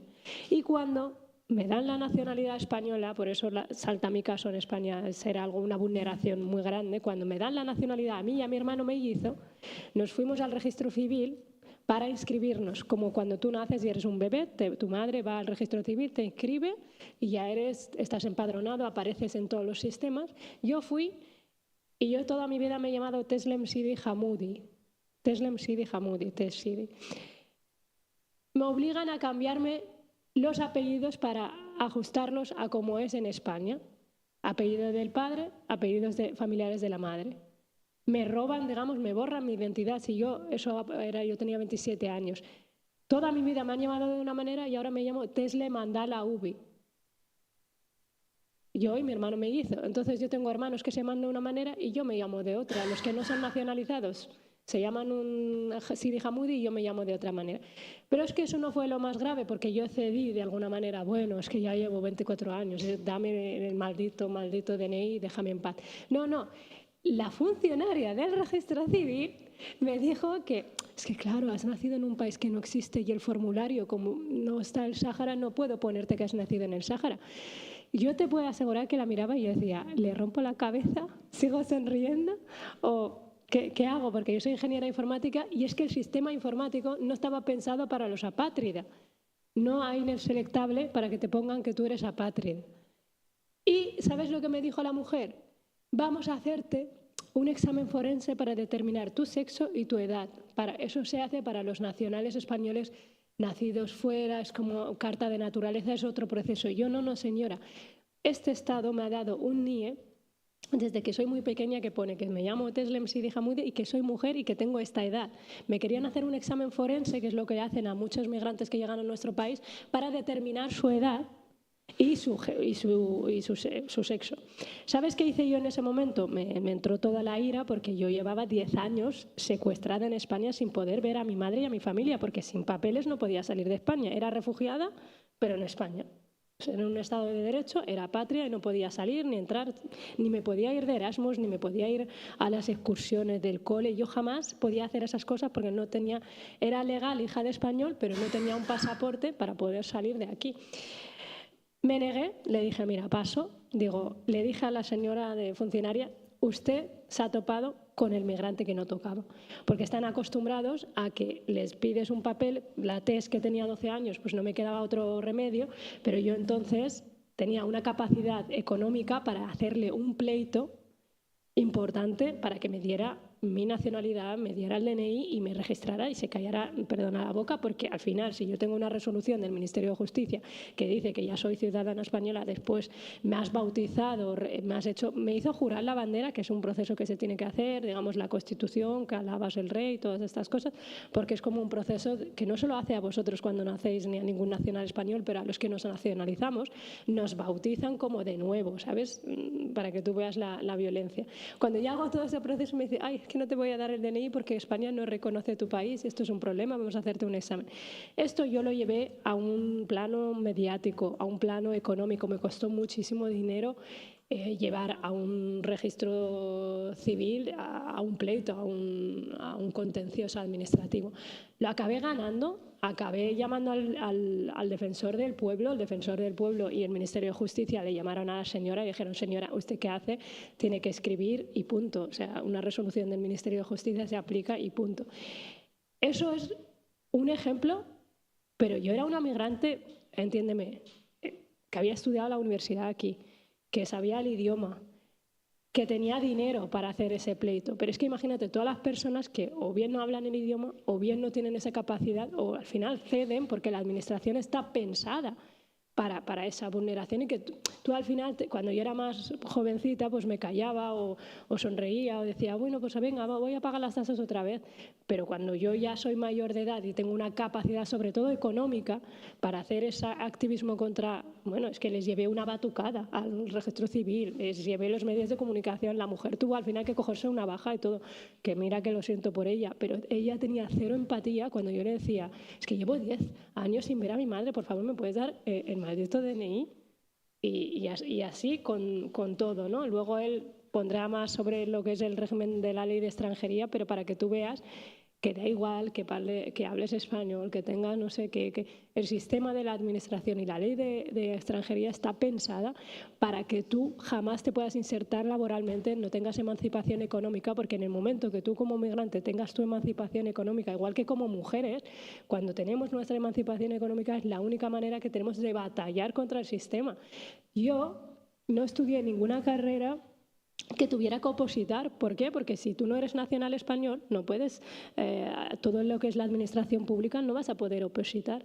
Yo no podía ni ser médico, ni funcionaria del Estado, jamás estudié nada que pudiera. Y eso me imposibilitaba, obviamente, el acceder, solo podía estudiar ciertas cosas. Segundo, si yo, sin DNI, no puedo participar políticamente. Cuando yo he sido diputada, yo fui a votar por primera vez en 2023 en España y me voté a mí misma. La primera vez que hice ejercicio del sufragio, pasivo y activo en este caso, me voté a mí misma. Y eso es una vulneración porque a mí nunca me interesó la política institucional española. ¿Por qué? Porque si yo no puedo votar a quien me representa, ¿para qué me voy a interesar por la política de un país en el que yo no puedo participar votando, ¿no? Entonces son como vulneraciones de que te apartan del sistema político, de un montón de cosas. Y yo hablo castellano casi que de Valladolid, es que da igual tu integración y tu nivel, todo depende de que el sistema no te va a dar ese derecho de ciudadanía para que tú no le puedas hacer una contrahegemonía. Entonces, esto es importante, ¿no? Yo cuando entro en el Congreso de los Diputados soy la primera persona saharaui en 50 años que llega al Congreso de los Diputados y eso es para mí muy como justicia poética de alguna manera, ¿no? El colonizado no llega a la institución. Ahora bien, la institución es muy disciplinante, lo decía él. Lo que preguntabais de por qué la izquierda, hilo con esto me estoy enrollando, para mí una de mis mayores decepciones es ver que la izquierda es machista y que la izquierda es racista. Yo, las primeras tribunas, es que solamente, primero, en los medios de comunicación, todas las portadas sobre mí eran La saharaui del Congreso, de criar cabras, sí, yo he criado cabras con mi abuela y estoy muy orgullosa de ella, aprendí francés pues con eso, de criar cabras al Congreso de los Diputados. No, perdona, yo soy ingeniera informática, he llegado por un activismo, son 1000 cosas más, ¿no? Siempre era la saharaui del Congreso, Podemos y Sumar llegan a un no sé qué. Todas las portadas eran así, ¿no? La saharaui del Congreso. Pero es que los propios distribuciones de tribuna en el Pleno, es decir, cuando tú sales a hablar, siempre me asignaban a hablar de cosas de migrantes y yo decía, como si existieran cosas de migrantes. Y yo digo, mis vecinas, respiro el mismo aire que ellas, y mi especialidad es en este caso la economía y banca, yo quiero hablar de economía, de Big Data, que es lo que yo he estudiado y de lo que yo sé. Yo no sé nada de la ley de extranjería más allá de que me haya violentado esa ley, pero yo no tengo ni idea, no soy jurista, de la ley de extranjería. Y cuando me llamaban para hablar de cosas de migrantes, yo decía, ¿qué son esas cosas de migrantes? Y ahí es muy complicado porque la izquierda, ningún hombre de izquierda va a cederle el sitio a una mujer de izquierda. Pero es que una mujer de izquierda no le va a ceder tampoco el espacio a otra mujer migrante porque ahí colapsan privilegios. Es lo que intentaba un poco decir en mi primera intervención. Y ahí solamente lo podemos derrocar diciéndoles, no vamos a hablar de lo que tú quieres que yo hable. Si fuera por la izquierda, Tess hablaría de cosas de migrantes, que no sé cuáles son, y cosas de saharauis, que tampoco sé cuáles son. Y así te achicatan mucho el espacio y como si fueras una flor ahí, ¿no?, en el escaño. Para mí, una de mis grandes batallas es que yo hoy hablo de Ayuso, hablo de economía y hablo de lo que pasa por la calle. Muchas veces me parecen tonterías, pero es verdad que la voz no te la van a dar si no haces una lucha y es muy complicado porque fuera tampoco los aliados, como comentaba él, es muy complicado, ¿no?, esa conexión entre fuera y dentro, la institución te disciplina, te agota, es muy burocrática.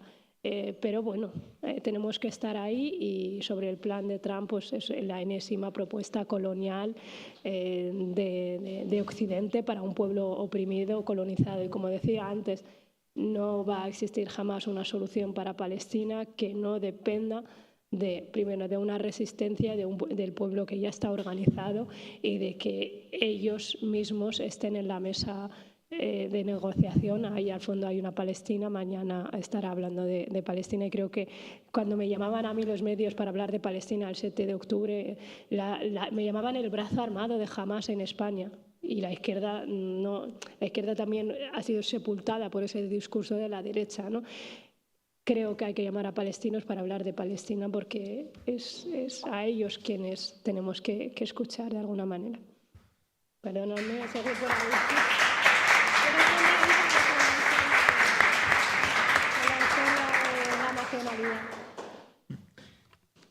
Bueno, yo creo que ya lo he explicado bastante bien. Yo lo que puedo aportar es, hay dos realidades. Una es el discurso, los motivos que se dan, y otra cosa es la realidad, por qué se hace. Entonces, ¿por qué hay esta diferencia? Esta diferencia se instauró a partir de los años 90, antes no existía en España. Entonces, ¿esto de dónde viene? Esto viene de que la Unión Europea no quiere africanos y no quiere musulmanes. De ahí viene. Y entonces la Unión Europea obliga a los países del sur a hacer más barrera con África y con Asia que con otros entornos. Fíjate, todos estos problemas burocráticos, cuando se quiere acoger a ucranianos, eso fue prácticamente automático. O sea, esos problemas burocráticos se declara que son problemas burocráticos, que hemos perdido tu expediente, que tal, pero es mentira. Hay unas cuotas. Y España sí dice, solo podemos nacionalizar a 150 africanos porque se dice desde arriba o lo dice la Unión Europea, etcétera, pues a los otros se les dice que se ha perdido el expediente, que esto, que lo otro. Lo declarado es que esos países, como hablan español, sus ciudadanos van a tener una mejor inserción. Es lo que se dice públicamente, por lo cual los países hispanohablantes, porque el único de África que también tiene esa ventaja es Guinea Ecuatorial, pues que como son países hispanohablantes, se promueve que se integre más fácilmente, etcétera, etcétera. Pero obviamente es una política clarísimamente racista y lo podemos ver en otros aspectos. Por ejemplo, política de visados. ¿Por qué la gente cruza el desierto? ¿Por qué se lanzan en unas embarcaciones frágiles al Mediterráneo o a las Canarias, etcétera? Porque España no da visados a África. Es mucho más caro, es muchísimo más caro cruzar el desierto y arriesgarse a morir en el Mediterráneo o en el Atlántico que coger un vuelo de Iberia y aterrizar. Sencillamente, quiero decir, los trámites son muchísimo más baratos y no hay que estar pagando tantos intermediarios y todo esto, ¿no? Pero ¿qué pasa? Pues que, por ejemplo, el último dato que tengo yo es un poco antiguo, es de 2018, pero para que tengáis una idea, a toda África, que son 55 países, incluyendo el Sáhara, estoy incluyéndolo por supuesto, a toda África se le dieron 56.000 visados en el año 2018 y a un solo país, que es Rusia, se le dieron 300.000. Y estoy hablando de un continente que tiene, África tiene 1 billón y medio, bueno, un billón americano, 1.500 millones de habitantes. Entonces, está claro, hay una política racista. España, luego también hay que decir que hay dos formas de nacionalización en el mundo, ¿no? Que es el ius soli y el ius sanguinis. Entonces, España en teoría se acoge al ius sanguinis, pero con ella no lo han respetado. O sea, el ius sanguinis dice que tú solo puedes ser español o española si eres descendiente de un español o una española, aunque hayas nacido en España. Luego ya hay otros procedimientos extraordinarios, como es el arraigo, etcétera, etcétera. Pero ese es el principio general, ¿no? Que tú tienes que ser hijo o hija de, pero no se aplica con el Sáhara, no se aplica con Guinea Ecuatorial tampoco. ¿Por qué? Porque no se quiere, vamos a decirlo. ¿Qué les cuesta poner una casilla que diga Sáhara en el formulario? No les cuesta nada. Pero los funcionarios están como en la primera línea de batalla y entonces a ellos les dicen, no, este que no pase, este que sí pase, invéntate algo, y así funciona. Entonces, el sistema tiene, ya digo, esos dos niveles. En España se ha establecido esto, ya digo, desde recientemente y ha sido muy a instancias de la Unión Europea. La Unión Europea que se vende como el adalid de los derechos humanos, etcétera, etcétera, pero tiene un pánico espantoso a las personas musulmanas, a las personas africanas. ¿Por qué? Por racismo.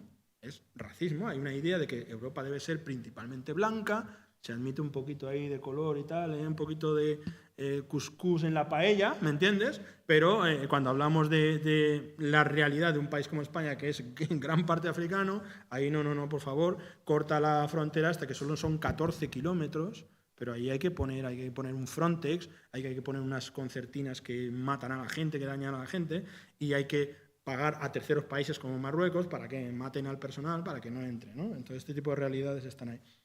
Y luego, para contestar a las otras preguntas, no sé si ya hemos contestado esto, de la nacionalización, pero es una realidad que hay. Lo de Palestina es que me parece tan ridículo y tan triste. Es como si, no sé si se acordarán de la época del apartheid en Sudáfrica.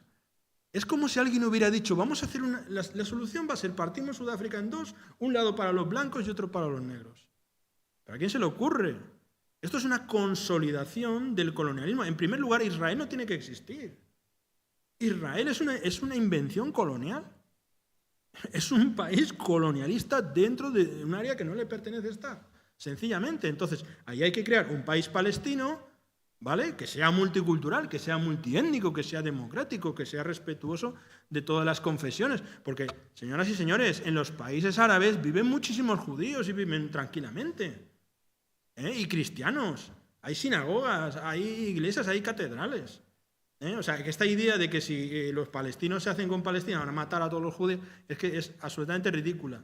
Aquí la cuestión es que Naciones Unidas, pues porque tenía Gran Bretaña particularmente, porque tenía unas deudas históricas de la Segunda Guerra Mundial, dijo, pues venga, vamos a enviar a los judíos ahí. Eso fue una política ultra racista de quitarse al pueblo judío de encima y llevar a todos aquellos judíos que eran sionistas, porque hay un movimiento judío que no es sionista, que no reivindica un Estado, ¿vale? Pero ellos cogieron a los sionistas, que eran además en su mayor parte ya europeos, hablando genéticamente por decirlo de alguna manera, y dijeron, pues nos quitamos el problema judío metiéndoles allí y encima pues tenemos una avanzadilla de Europa allí. O sea, el Estado judío en sí es ilegítimo, no debería existir. Luego se ha dicho, lo digo muy rápidamente, se ha hablado de que la violencia, me lo ha dicho Rufián. Mira, Rufián me cae muy bien, me cae muy bien, porque además hace unos quiebros aquí a la gente que les deja como nuevos, ¿no? Pero decir que o sea, la violencia no está justificada en ningún caso, pero si aquí estamos celebrando el 2 de mayo, ¿qué es? Es que es de un hipócrita y de un eurocéntrico. No hay pueblo que se sacuda el colonialismo sin violencia. Hay excesos, claro, no vamos a estar a por los excesos, ni a aplaudir los excesos, Pero los pueblos se han sacudido el colonialismo principalmente por las armas. Y las personas esclavizadas pues han matado a los señoritos, a los esclavistas. Los han matado, los han tenido que matar para seguir adelante. Si alguien conoce la revolución de Haití, mataron a todos los hacendados de la isla, porque es que no había manera con esa gente. No había manera. Querían construir una sociedad igualitaria y cogían y llamaban a Gran Bretaña, llamaban a España, llamaban a Francia, no sé qué, para que volvieran a esclavizar a la población negra. Entonces, esa idea de que Gandhi fue el que liberó la India, es mentira, fue Nehru, ¿vale? Tenemos que enterarnos de esto. A Gandhi le venía muy bien al gobierno británico porque representaba la paz y que no iba a tocar mucho sus intereses. Pero en realidad el que consiguió la independencia de la India fue Nehru. Y fue pues, con acciones violentas, de sabotaje y de guerrilla y tal. ¿Y por qué la izquierda minimiza el colonialismo? Bueno, es la blanquitud. La blanquitud está en la izquierda y está en la derecha. Esta idea de que, vale, yo soy la izquierda, tengo una autoridad moral y yo se la reconozco, es decir, prefiero la izquierda 1000 veces que la extrema derecha, lo tengo clarísimo y yo estoy mucho más cerca de eso, pero hay que hacer limpieza también dentro de la izquierda, obviamente. Entonces, dentro de la izquierda siguen presentes estas ideas de que... Por eso yo he hablado de panafricanismo, que no me da tiempo a desarrollarlo, no lo hago porque si no os consumo todo el tiempo, pero la cuestión es, la izquierda también es paternalista. Y también sabe decirle a los pueblos colonizados, espera un momento, que ya atenderemos lo tuyo, y después ya vendrá lo tuyo y tal. Y mientras tanto, pues ellos van haciendo su lucha interna, etcétera, etcétera, por mejoras que, bueno, pues están bien, pero muchas veces son plenamente cosméticas y no van al fondo de la realidad de las relaciones norte-sur, que son las que condicionan todo lo que está pasando. El extractivismo internacional. ¿Y por qué los pueblos de África vienen a Europa? Porque les han quitado sus riquezas y van detrás de sus riquezas. Entonces, todo esto la izquierda no lo trata. ¿Por qué? ¿Por qué no lo trata? Pues porque se enfrentaría a la clase obrera y entraríamos en unos discursos de, bueno, nos están quitando ellos el trabajo, tal. Entonces, la misma izquierda, yo he estado en mesas de conversación, mira, esto no lo digas, porque si lo dices perdemos electorado. En la izquierda. Pero hablo de la izquierda más allá del PSOE, ¿eh? No hablo del PSOE ya, que ya eso lo sabemos, sino en la izquierda. Entonces, eso está ahí. No digas esto lo dejamos para la segunda legislatura. Esto lo dejamos para el año que viene. No te preocupes, ahora tenemos esta otra prioridad, ¿qué tal y tal? Y se va dejando todo el tema anticolonial, antirracista y todo eso. Y lo último que quería deciros, también ha habido una dejación, no quiero romantizar el pasado, porque yo estoy en contra de eso, soy historiador, pero y precisamente por ser historiador no romantizo esas cosas. Pero en las últimas 2-3 décadas en España, la educación ha hecho dejación de funciones en el aspecto humanista. Y nos hemos ido a una educación tecnificada, a una educación de que si proceso de Bolonia, que tal y que cual, que si los másteres internacionales, que sea práctico para el trabajo, etcétera, etcétera. Y entonces te salen personas que han pasado una carrera entera, no han leído un libro, pero que no han leído un solo libro y terminan y se licencian. Y han leído un cachito aquí y otro cachito allá y no han interiorizado los valores humanistas que se supone que estamos defendiendo de los derechos humanos, que, vale, para algunos serán eurocéntricos, pero algo es. Nos los estamos cargando. Ahora mismo se está viendo en Estados Unidos quién ha votado a este tipo de personas. ¿Quién quiere votar a vos? Son personas que no tienen trasfondo humano, no tienen una educación humanista. Entonces nos está faltando esto de decir todos los seres humanos somos iguales, todos somos dignos de respeto, hasta los criminales, porque nos están vendiendo que a los criminales se les puede matar, a los no sé qué, ¿me explico? Entonces esa educación también está faltando y también en la izquierda. También en la izquierda está faltando esta idea de solidaridad internacional, internacionalismo obrero, todo eso está muerto. Entonces la gente ve China como la amenaza, ve no sé qué como la... ¿Qué amenaza? Estamos hablando de trabajadores a nivel internacional, ¿no? Y si hubiese más igualdad de los trabajadores a nivel internacional, habría menos problemas en el mundo y menos guerras, y está clarísimo. Y nada, eso.